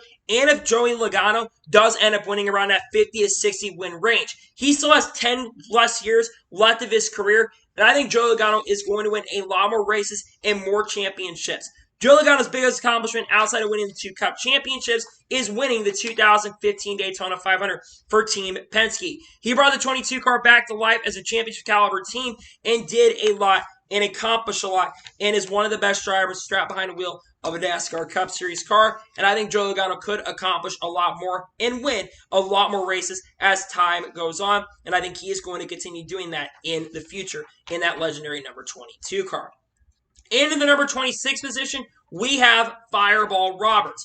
Fireball Roberts scored 33 wins in the NASCAR Cup Series, had 93 top 5s, 122 top 10s, and did this in only 206 starts. Now, Fireball Roberts' career got cut short, unfortunately, due to dying from unfortunate circumstances after a fire that ended up happening in the 1964 Coca-Cola 600. Unfortunately, went away, and really sad, tragic story that happened to Fireball Roberts. But in his short career, he won the 1962 Daytona 500, also won 2 Southern 500s. Fireball Roberts, to a lot of people, someone that could have won a lot more races, but he made big wins in a big way. He basically was one of the big reasons why the fire suit became mandatory after that 1964 Coke 600, along with a couple wrecks in the Indy 500 as well that ended up happening, that made NASCAR decide, you know what, we need to start giving these guys and telling these guys that the fire suits are absolutely mandatory, which is probably one of the greatest safety innovations that has come in NASCAR history to this day. Fireball Roberts, one of the greatest drivers in the 1950s and 1960s, but I feel like he could have won a lot more races in his career, but was a very accomplished driver in the 50s and 1960s. In the number 25 position, we have Kurt Busch. Kurt Busch is having still a little bit part-time. He's no longer full-time in the NASCAR Cup Series, but he's still likely part-time with 2311 Racing in that third 2311 Racing car. But Kurt Busch has scored 34 wins in the NASCAR Cup Series. He was, of course, 2004 Cup Series champion for Roush Racing, had 161 top 5s, 339 top 10s, and has done this in 776 starts. Kurt Busch, in my honest opinion, is probably one of the most underrated drivers in NASCAR Cup Series history. Back in the early days of the sport, Kurt Busch, someone that had a hot temper and was a fiery driver, but it led to having a lot of success. In 2002, went on to win 3 or 4 races that year. Then finally, like I said, in 2004, he went on to win the championship, but he was known early for having a lot of feuds. But Kurt Busch accomplished a lot at many different organizations and many teams. He won races for Roush. He won races for Penske. He won races for Stewart-Haas. He almost won races for Phoenix Racing. He got Herschel Racing to playoffs for the first time in that team's history. He won races, like I said, with Stewart-Haas Racing and won with a lot of other teams, including Chip Ganassi Racing as well. And has now been working with 2311 Racing as a higher up and has been a lot to help Bubba Wallace out in Tyler Reddick as well. And I think it's really helped 2311 Racing out. Kurt Busch is one of the best drivers ever strapped behind the wheel. Maybe not the most popular in the beginning of his career, but as time went on, he became more and more appreciated as a driver in the sport. And I think that Kurt Busch eventually will be back behind the wheel before the end of 2023. And maybe, just maybe, he'll come back and come out with a vengeance and maybe finally get back to victory lane and get that 35th career win. But as of now, Kurt Busch sits on the sidelines. Hopefully one day, though, Kurt Busch is able to come back and return and get the opportunity to win and contend for wins long-term in this sport. In the number 24 position, we have Brad Keselowski. Brad Keselowski is still currently racing to this day as he's a co-owner / driver of RFK Racing and currently drives the number 6 car for RFK. Brad Keselowski so far in his NASCAR Cup Series career has 35 career wins. He won the 2012 NASCAR Cup Series championship for Team Penske, has 142 top 5s, 239 top 10s, and has done this so far in 501 starts. Brad Keselowski is one of the most unimpressed, really great drivers in NASCAR Cup Series history. When you look at Brad Keselowski's statistics, he came to the NASCAR Cup Series full-time in the 2010 season and had a little bit of a rough year in 2010. But in 2011, he went on to start winning races and also, of course, won the 2010 NASCAR Xfinity Series championship as well. But Brad Keselowski's won some pretty big races driving for Team Penske. In 2018, he won both the Brickyard 400 and the Southern 500. And in 2020, he won the Coca-Cola 600. Brad Keselowski is one of the more accomplished drivers in this sport, and I think a driver that is really, really appreciated while not being left in the beginning of his career. Brad Keselowski became one of the most mature and respected drivers in this garage. Many drivers in the sport have a lot of appreciation and a lot of respect to Brad Keselowski, what he's done for the sport, what he has accomplished. He got that opportunity in 2007, and I think he took it and did a very, very amazing and a really, really great job, and he's absolutely one of the best drivers strapped behind the wheel of a NASCAR Cup Series car. And still to say he's one of the best, and is building RFK to be back to their legendary stats. They haven't been like that for a very, very long time, but I think Brad Keselowski could help and maybe get some wins with RFK Racing, and I think it will be a very popular victory when Brad Keselowski does get back to victory someday. In the number 23 position, we have Bobby Isaac. Bobby Isaac scored 37 wins in the NASCAR Cup Series. He won the 1970 NASCAR Cup Series championship, had 134 top 5s, 170 top 10s, and did this in 308 starts. Obviously, Bobby Isaac's career got cut short after basically some people in voices' head told him to strap out of the car. But Bobby Isaac did a lot in the 1960s and in the early 1970s as well, accomplishing a lot and winning a lot of races, driving, I believe, that legendary number, I think the number 71, if I'm not mistaken, or another really legendary number that Bobby Isaac got to drove, and he was extremely successful and winning races and always being consistent and up front and always a championship threat regardless of what team he drove for or what team or number he ended up driving for. Bobby Isaac is an amazing driver, a great driver in this sport, and one of the greatest NASCAR Cup Series drivers in the history of the sport. And I think he will be someone that I think many of us remember for many, many years to come. And he absolutely, and also NASCAR Hall of Fame, which I think is well deserved and well respected. And also he's part of the Motorsports Hall of Fame, which is another legendary class. If you make the Motorsports Hall of Fame, you are an absolute legend of this sport. In the number 22 position, we have Matt Kenseth. Matt Kenseth scored 39 wins in the NASCAR Cup Series. He was a 2003 NASCAR Cup Series champion. Despite only winning one race that year, he was extremely consistent and won that championship. He had 182 top 5s, 331 top 10s, and did this in 697 starts. Matt Kenseth is another driver I feel like is one of the more underrated drivers, and Matt Kenseth never really had the fiery personality until near the end of his career. After he got fed up with all the drivers racing with a lot of disrespect, Matt Kenseth came back with a vengeance and started winning races with Joe Gibbs Racing as well. But Matt Kenseth's beginning of his career came in the Xfinity Series where he nearly won championships but didn't win, but he came into the Cup Series and surpassed Dale Jr. on that front. Like I said, won 2003 Cup Series championship, then went on in 2004, got a couple wins there. 2002 got 5 wins that year, but then in 2006 began having championship runs, and then eventually after 2012, he left Roush to go over to Joe Gibbs Racing and was a successful driver over there, winning 6 or 7 races in the 2013 season. Then 2014 failed to win, but then got back to his winning ways in 2015, winning 4 or 5 races that year. And then in 2016, he had a very solid year, scoring 2 victories, but struggled at the beginning of this season. But nonetheless, Matt Kenseth is really, really good. He also just most recently got in the NASCAR Hall of Fame, which is well earned and well deserved. And Matt Kenseth, to me, is one of the best drivers to get behind the wheel of a NASCAR Cup car. Accomplished a lot, did a lot of great things for this sport, and did many things. He was always quiet till the end of his career, but Matt Kenseth did a lot of great things and accomplished a lot in his NASCAR Cup Series career. In the number 21 position, we have Tim Flock. Tim Flock scored 39 wins in the NASCAR Cup Series. He is a 2-time NASCAR Cup Series champion. One, I think, like in 1951 and 1953. He had 202 top 5s and 129 top 10s and had only done this in 187 starts. Tim Flock is the most successful Flock brother. If I'm not mistaken, he's also known for being the guy who had the monkey as a passenger, that being Jocko Flocko. But Tim Flock might have been the most successful driver in the early days of NASCAR. In the first years of the sport, in the infamy of the sport, he was able to be very successful and very, very competitive from the get-go and from the drop. And one of the people that really helped shape the early days of NASCAR history as well.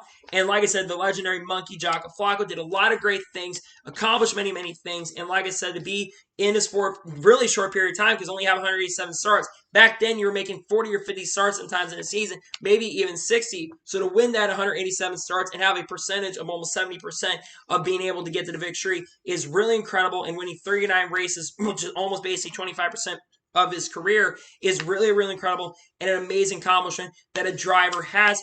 Tim Flock is one of the best drivers to get behind the wheel of a NASCAR Cup Series car. In the number 20 position, we have Mark the Kid Martin. Mark Martin scored 40 wins in the NASCAR Cup Series. He was 271 top 5s, 453 top 10s, and did this in 882 starts. To many people, Mark Martin is the greatest driver to never win a championship, which I argue that definitely might be true. Mark Martin competed against many, many great drivers, was around a time in the dominance of guys like Jeff Gordon, Tony Stewart, Jimmy Johnson, you name it. He won and ended up finishing runner-up in 5 championships. In 1990s, getting beat by Dale Earnhardt that year. A lot of people believe that Mark Martin should have won that championship, but got a penalty that cost him. Then in 1998, he finished second to Jeff Gordon when Mark won 6 or 7 races that year. He still got beat by Jeff Gordon, got 13 wins, and both of them were just incredible that year. Then in 2002, Mark Martin basically went on to be a championship threat, but unfortunately, Tony Stewart beat him by about 25 or 26 points, so he was a threat that year, as he did win the Coke 600 that season. And then, of course, 2009, Mark Martin ended up finishing second to Jimmy Johnson, driver for Hendrick Motorsports. Mark Martin was an incredible driver. He did a lot of great things and was one of the more classy drivers on the racetrack. Raced with a ton of respect, raced with a ton of class, and basically gave back, never really raced hard, and was a fair and respectful driver. Now, like I mentioned with Mark Martin won 2 Sauter 500s, and like I said, won the 2002 Coca-Cola 600. Mark Martin is one of the greatest drivers to get behind the wheel, and he'll be remembered forever by many. A lot of people loved Mark Martin back in the day. A very clean, a very respectful driver, and did a lot in his career. And again, he was a big part of why Roush became as good as they did, and did a lot of great things and accomplished a lot in his racing career, and absolutely was one of the best drivers in NASCAR Cup Series history. In the number 19 position, we have Boston Bill from Dawsonville, Bill Elliott. Bill Elliott scored 44 wins in the NASCAR Cup Series. He only won 1 championship in his NASCAR Cup Series career, and that was the 1988 NASCAR Cup Series championship. He had 175 top 5s, 320 top 10s, and did this in 828 starts.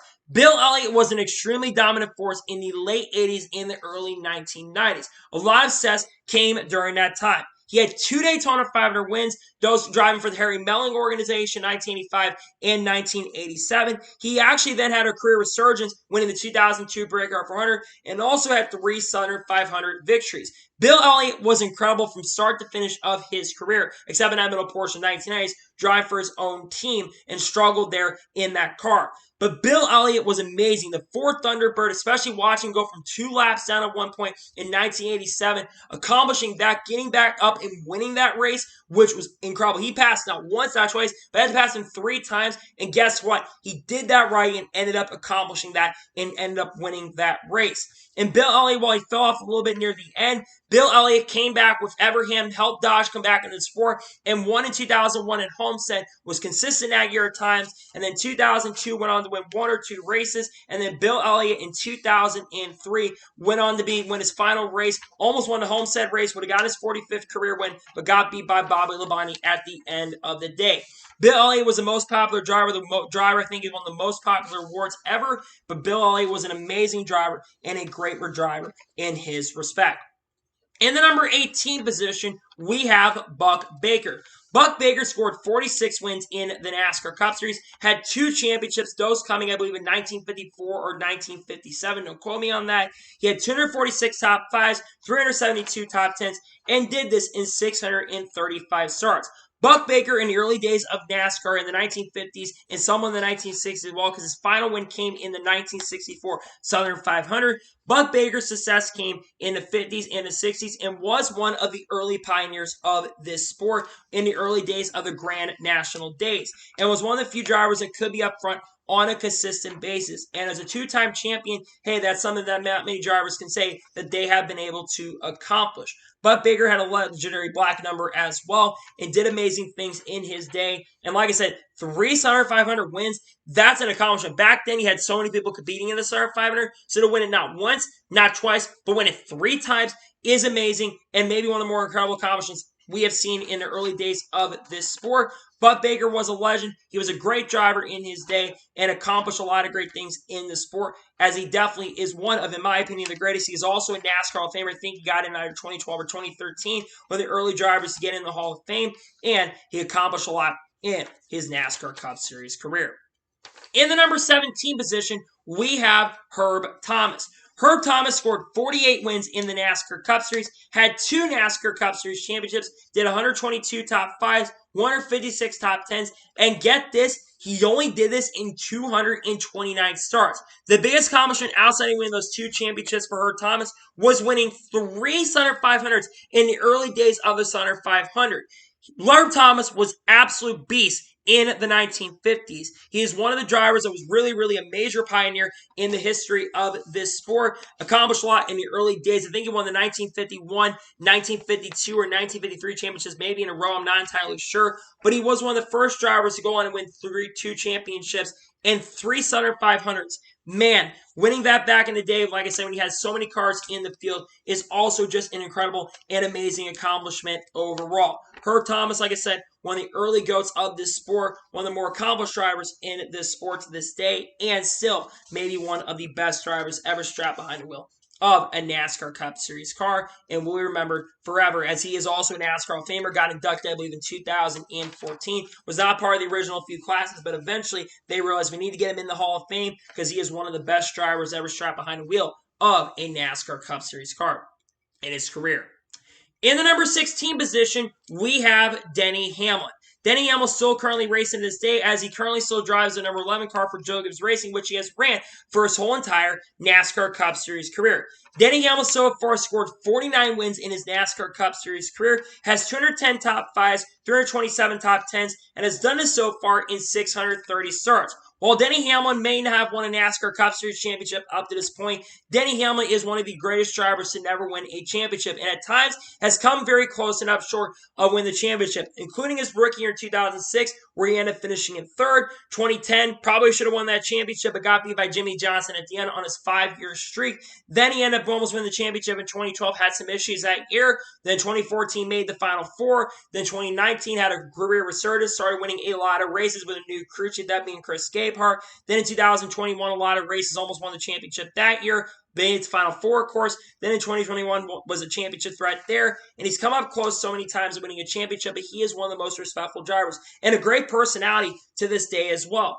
Denny Hamlin has won 3 Daytona 500 victories, has 3 Sauter 500 wins, and also won the 2022 Coca-Cola 600. Like I said, Denny Hamlin may be one of the most successful drivers ever get behind the wheel of a NASCAR Cup Series car. Whether or not he wins a championship, that will be time to tell. But I think that Denny Hamlin really is an absolute beast, an absolute incredible driver. And I think Denny Hamlin will win more races. Would not surprise me by the end of his career if he's in that conversation to get in that 50 to 60 win range. He's 1 win away from getting to 50, which right now only 14 drivers have been able to accomplish. If he wins another race, he will become the 15th driver to have 50 career Cup Series victories. A lot of guys, I think, are eventually going to reach that accomplishment before the end of NASCAR history. But nonetheless, Denny Hamlin is one of the best drivers today and one of the greatest NASCAR drivers in NASCAR Cup Series history.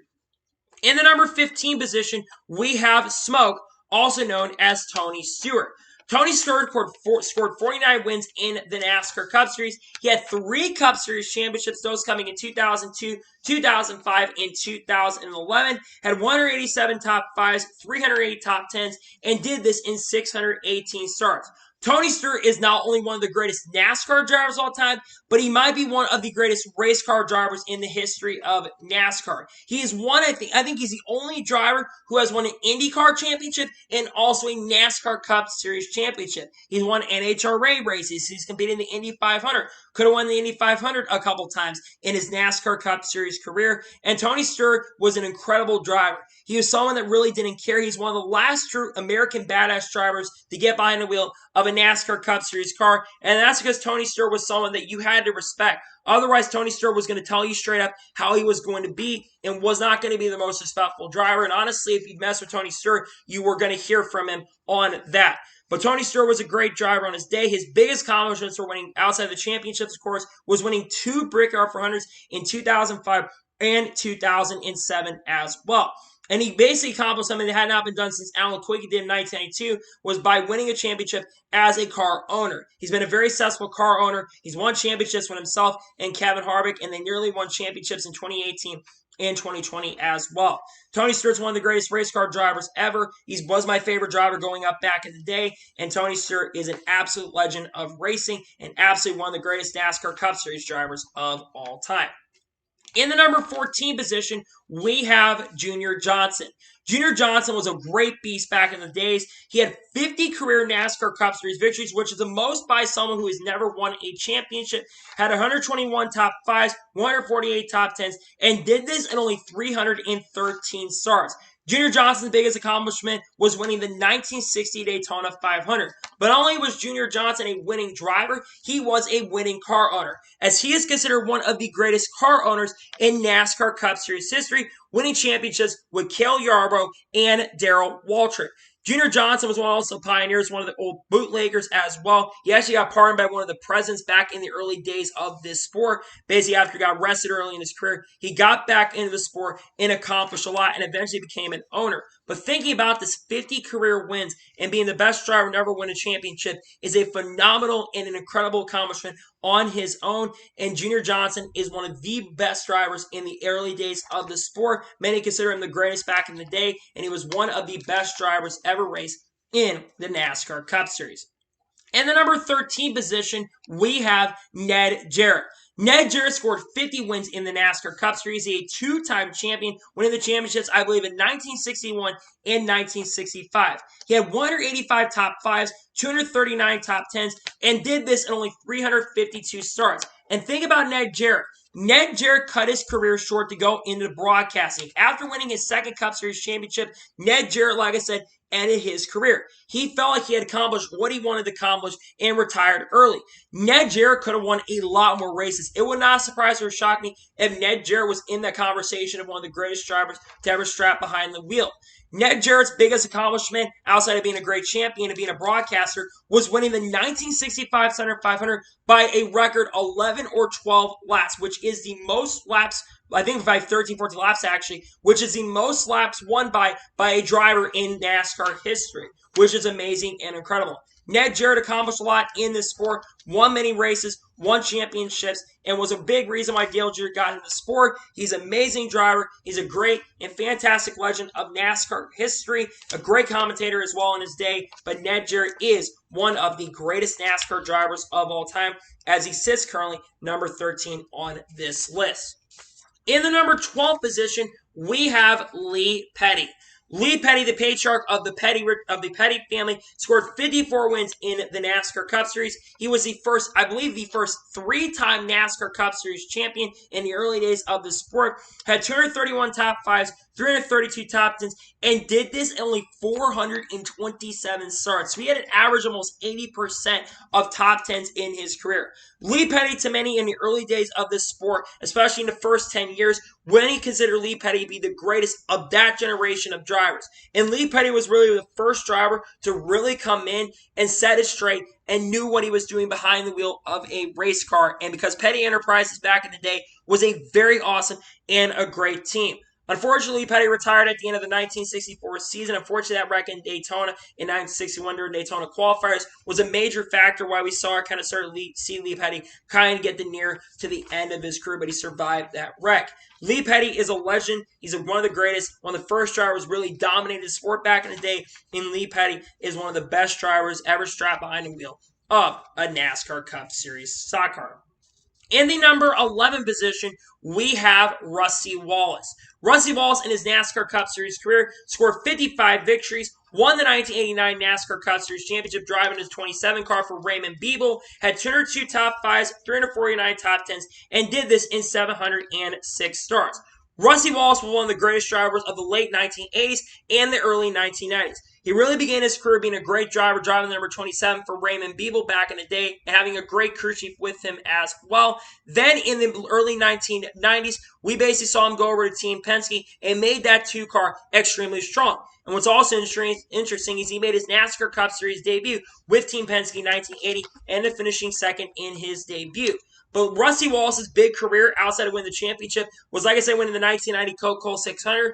But like I said, Rusty Wallace went over and drove that 2 car, and majority of his wins came driving that 2 car and nearly won championships driving that 2 car. Go back to 1993. He almost won the championship that year. And had some seasons, especially 93, I think he won 10 races that year. In the 90s, he won a lot of races and then eventually kind of started wearing off near the end. But he brought the legendary Blue Deuce out, which made for great stuff, and also had the Midnight Rider car and won a lot of races in that Midnight Rider car. Being from the St. Louis area, being from the area of St. Louis, Rusty Wallace accomplished a lot, was one of the greatest drivers ever strapped behind the wheel of the car, and Rusty Wallace, in my opinion, is one of the greatest drivers coming up, one of my heroes in NASCAR, and accomplished a lot. His last one came in 2004 at Martinsville, and he did many, many great things in this sport and accomplished a lot of many amazing and many incredible things in NASCAR history.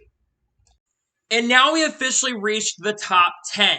In the number 10 position, we have Kevin Harvick. Kevin Harvick still currently competes in the NASCAR Cup Series to this day, as he currently has 60 wins in the NASCAR Cup Series.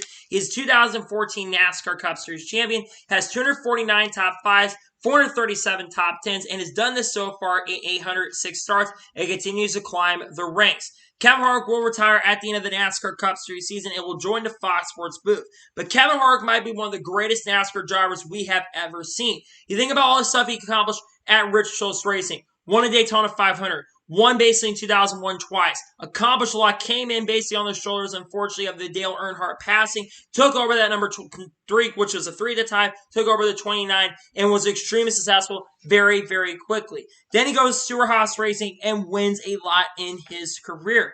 In Kevin Harvick's career, he has scored the 2007 Daytona 500 victory. He's a 3-time Brickyard 400 winner, winning in 2003, 2019, and 2020.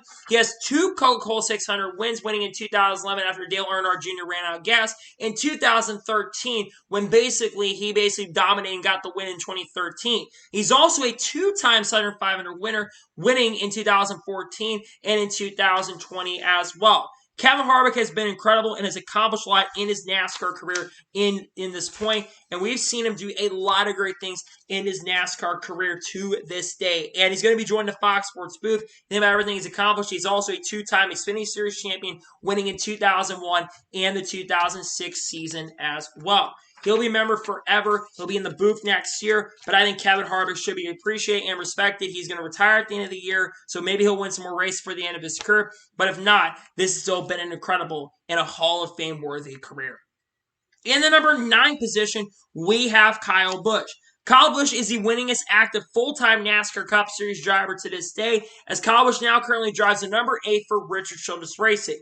Kyle Busch currently has 63 wins in the NASCAR Cup Series. He has 2 NASCAR Cup Series championship, those coming in 2015 and 2019. Of course, for Joe Gibbs Racing, has 241 top 5s, 364 top 10s, and has done this so far in 658 starts, and those numbers continue to climb.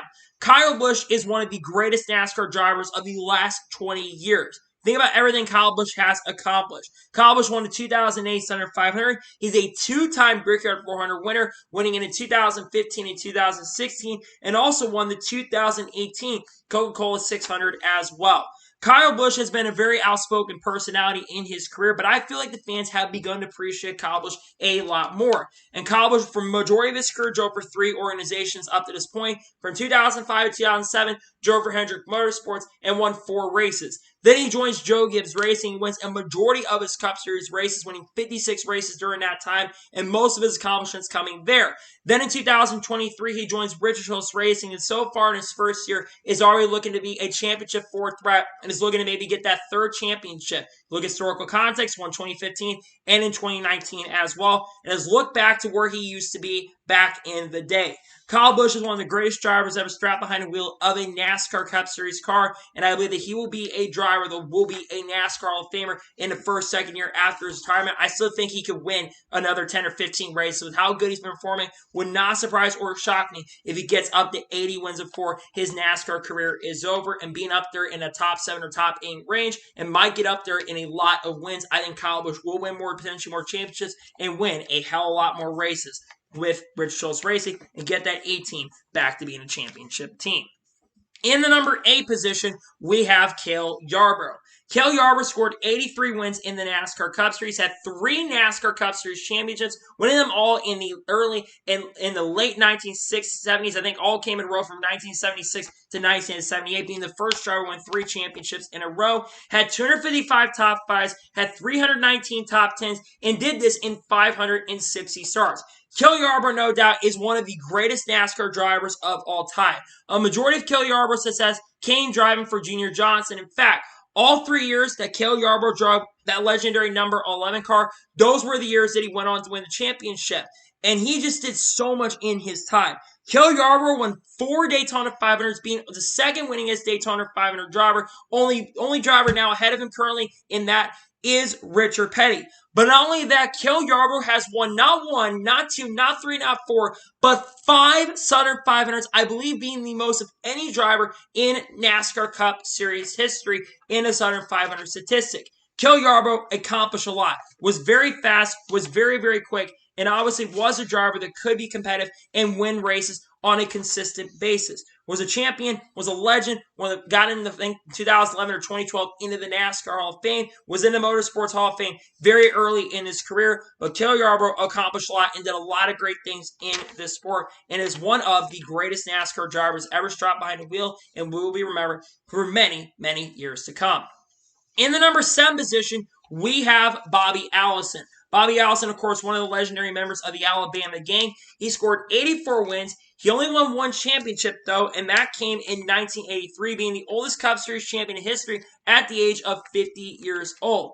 Bobby Allison scored, actually 49 years old, I should say. He had 336 top 5s, 446 top 10s, and did this in 718 starts. Bobby Allison had a very longevity career, but an extremely successful career during that time. Started, I think, in the early to mid-1960s and continued to the late 1980s. He is a 3-time Daytona 500 winner, winning one of them, I think, in the late 1960s, one of them in the 1970s, and then, of course, won the 1988 Daytona 500, beating out his son, Davey Allison. He's a 4-time Southern 500 winner and had 3 Coca-Cola 600 wins as well. Bobby Allison drove the legendary number 12 car, drove the really legendary Miller High Life sponsorship and other paint schemes throughout his career, and did a lot and accomplished a lot and made a lot of safety innovations. Of course, he was a big factor why we got better catch bends this day after that really, really scary accident at Talladega in 1987. But Bobby Allison is one of the greatest race car drivers to ever live, one of the best drivers. He also competed in the Indy 500 as well and might have been a Rookie of the Year in the Indy 500 back in the day as well. He is a great driver. He's a great talent and one of the best drivers to ever strap behind the wheel of a NASCAR Cup Series car and will be remembered forever. In the number 6 position, we have Jaws, also known as Darrell Waltrip.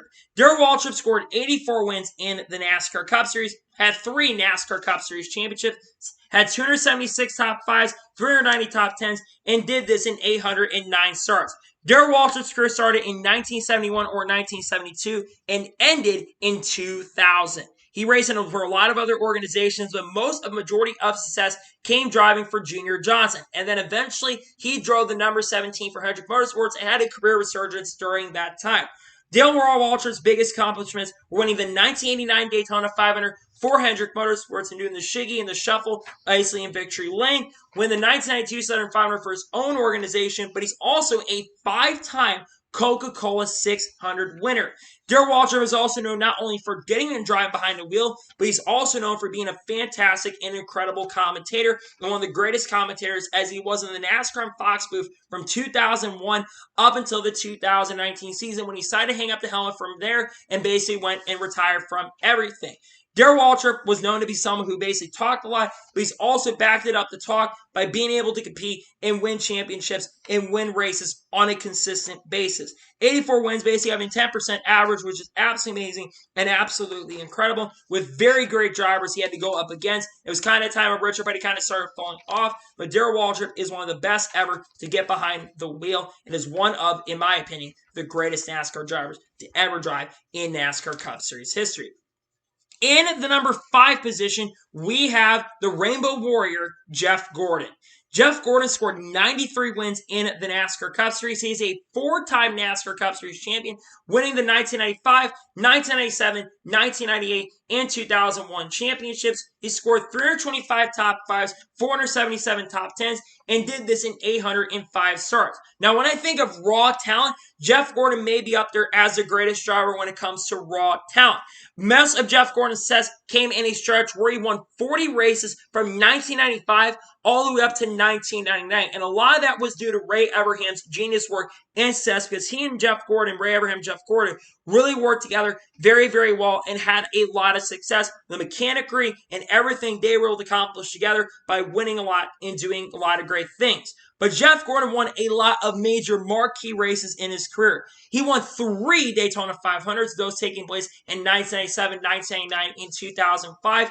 He won 5 Brickyard 400s, those taking place in 1994, 1998, 2001, 2004, and 2014. He won 6 Southern 500s and is a 3-time Coca-Cola 600 as well winner, including his first career win, which was in 1994 Coca-Cola 600. Jeff Gordon was one of the biggest factors in making his sport as big as it was. He was on shows like Saturday Night Live. He was on big shows, was in big movies. He brought the sport to the national spotlight, and many people still this day wonder if Jeff Gordon is still racing, which he isn't. But Jeff Gordon now is higher up in Hendrick Motorsports and has played a role in making Hendrick Motorsports an absolute incredible team still to this day. Jeff Gordon is one of the greatest. He'll be remembered to many people. He is the GOAT. To me, he's still one of the best and was one of my favorite drivers going up, and accomplished a lot in this sport and did a lot of amazing things and a lot of incredible things in his NASCAR Cup Series career.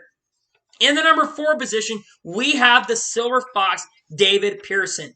David Pearson scored a whopping 105 NASCAR Cup Series victories, one of only 2 drivers have at least 100 wins in NASCAR Cup Series history. He has 3 NASCAR Cup Series championships. He won 3, had a 301 top 5s, 366 top 10s, and did this in 574 starts. The crazy thing about David Pearson is David Pearson, I believe, only competed in 3 full-time seasons in NASCAR, and guess what? He won those 3 championships and he competed full-time.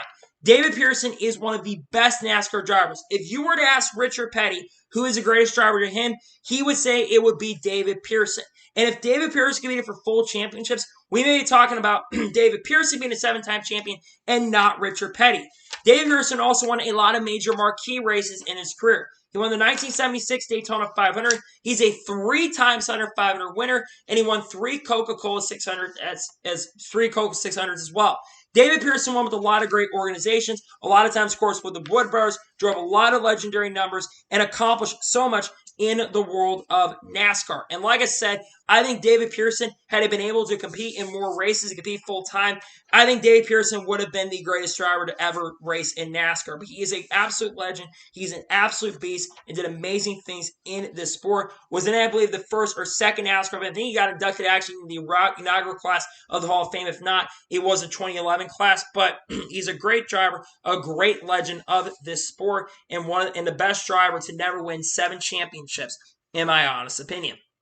In the number 3 position, and this one's going to be controversial, we have the king, Richard Petty. That's right, I put Richard Petty in 3rd place. Richard Petty has the most wins in NASCAR Cup Series history, that being 200 wins. He is one of 3 7 NASCAR Cup Series champions. He has 555 top 5s, 712 top 10s, and did this in 1,184 starts, which is the best in any category by any driver. Richard Petty is, in my opinion, one of the best ever. In fact, I think he's, like I said, top 3. He has 7 Daytona 500 wins, the most of any driver in NASCAR Cup Series history. He won 1 Southern 500 in 1967 in that legendary year when he basically went on to win 27 races in the same season, and is a 2-time Coca-Cola 600 winner. Now, why do I have Richard Petty number 1? Well, yes, Richard Petty, in my opinion, is best when it comes to the wins total. Richard Petty had a lot less competition in his time than other guys ahead of him. and he had less competition. Sure, there was still really good competition for Richard Petty, but Richard Petty did not have the same competition that the two guys ahead of him ended up having. There's no doubt in my mind that Richard Petty is still the king when it basically comes to the wins total, but when it comes to being the best driver ever, I look at the talent, and like I said, Richard Petty had less talent to go against than basically and less competition to go against, so yes, there was a lot of talent, but he had to go against a lot less competition than drivers like Dale Earnhardt and Jimmie Johnson. So that is why I have Richard Petty number 3. Don't get me wrong, Richard Petty definitely would have been up there if we gone by wins total, but I have to go by the competition level, and for me, that's why I put Richard Petty number 3 and not number 1 on my list.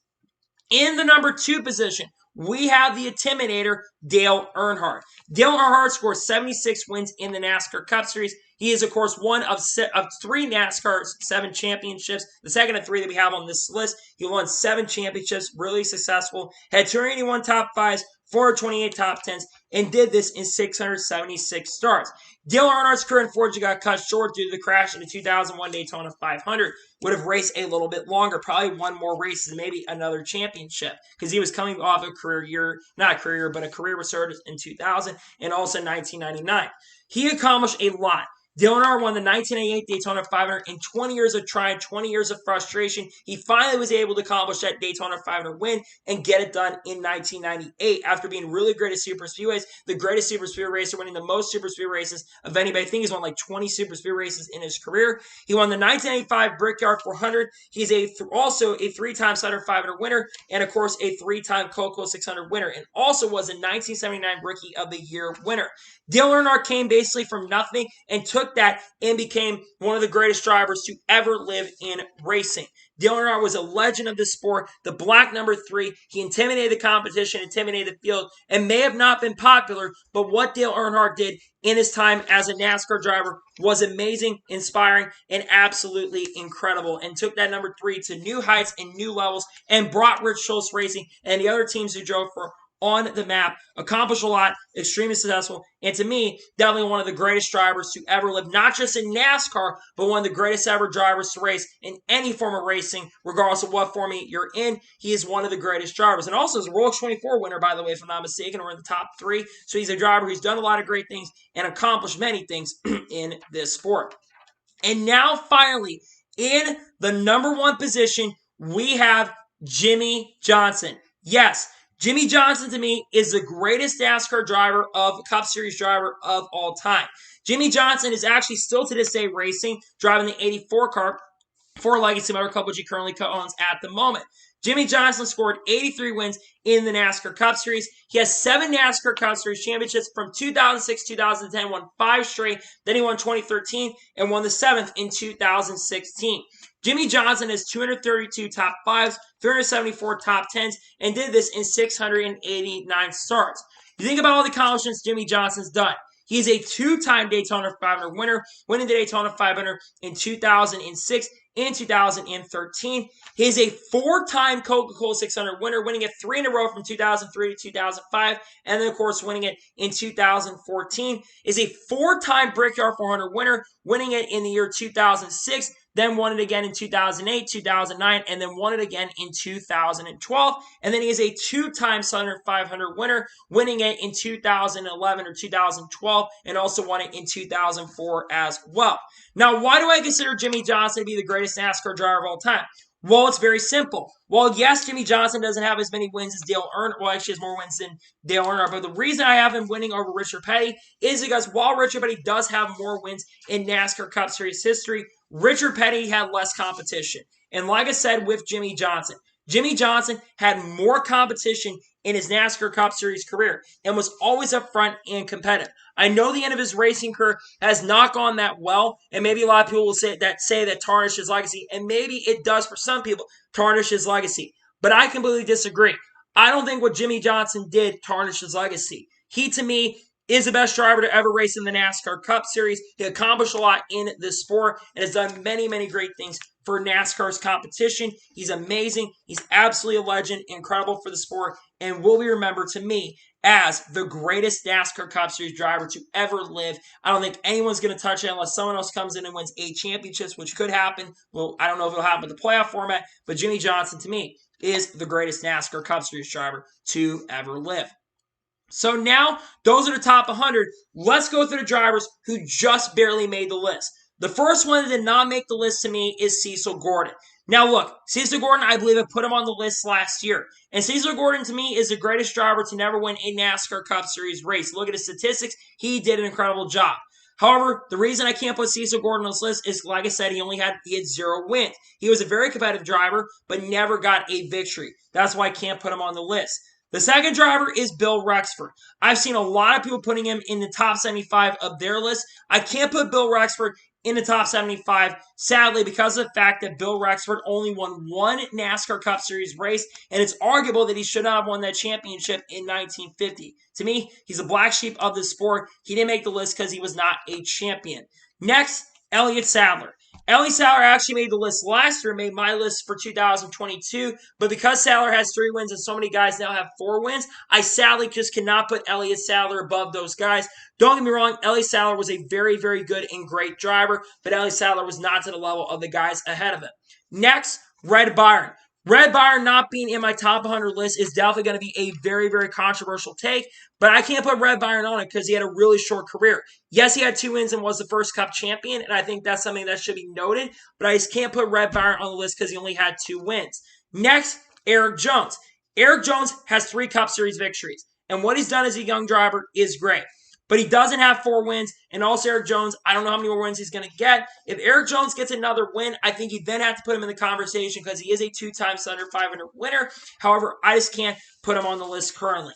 And finally, Robbie Gordon. Robbie Gordon was also on my list in 2022. Unfortunately, Robbie Gordon only had 3 wins, so that's why I cannot put him on this year's edition of the 100 Greatest Drivers list.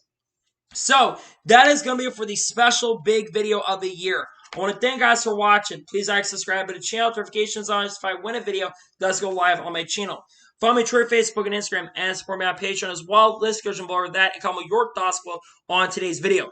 Who are your 100 greatest NASCAR Cup Series drivers of all time? Let me know your 100 in the comments below. If you don't run it, let me know, that's fine. But if you enjoyed today's video and got through all the video, which if you made it through all the video, the over 2 hours, I greatly and truly appreciate it. Tomorrow on the channel, or maybe later today, I may have another update video discussing some stuff that might be happening recently, maybe an announcement video coming very, very soon.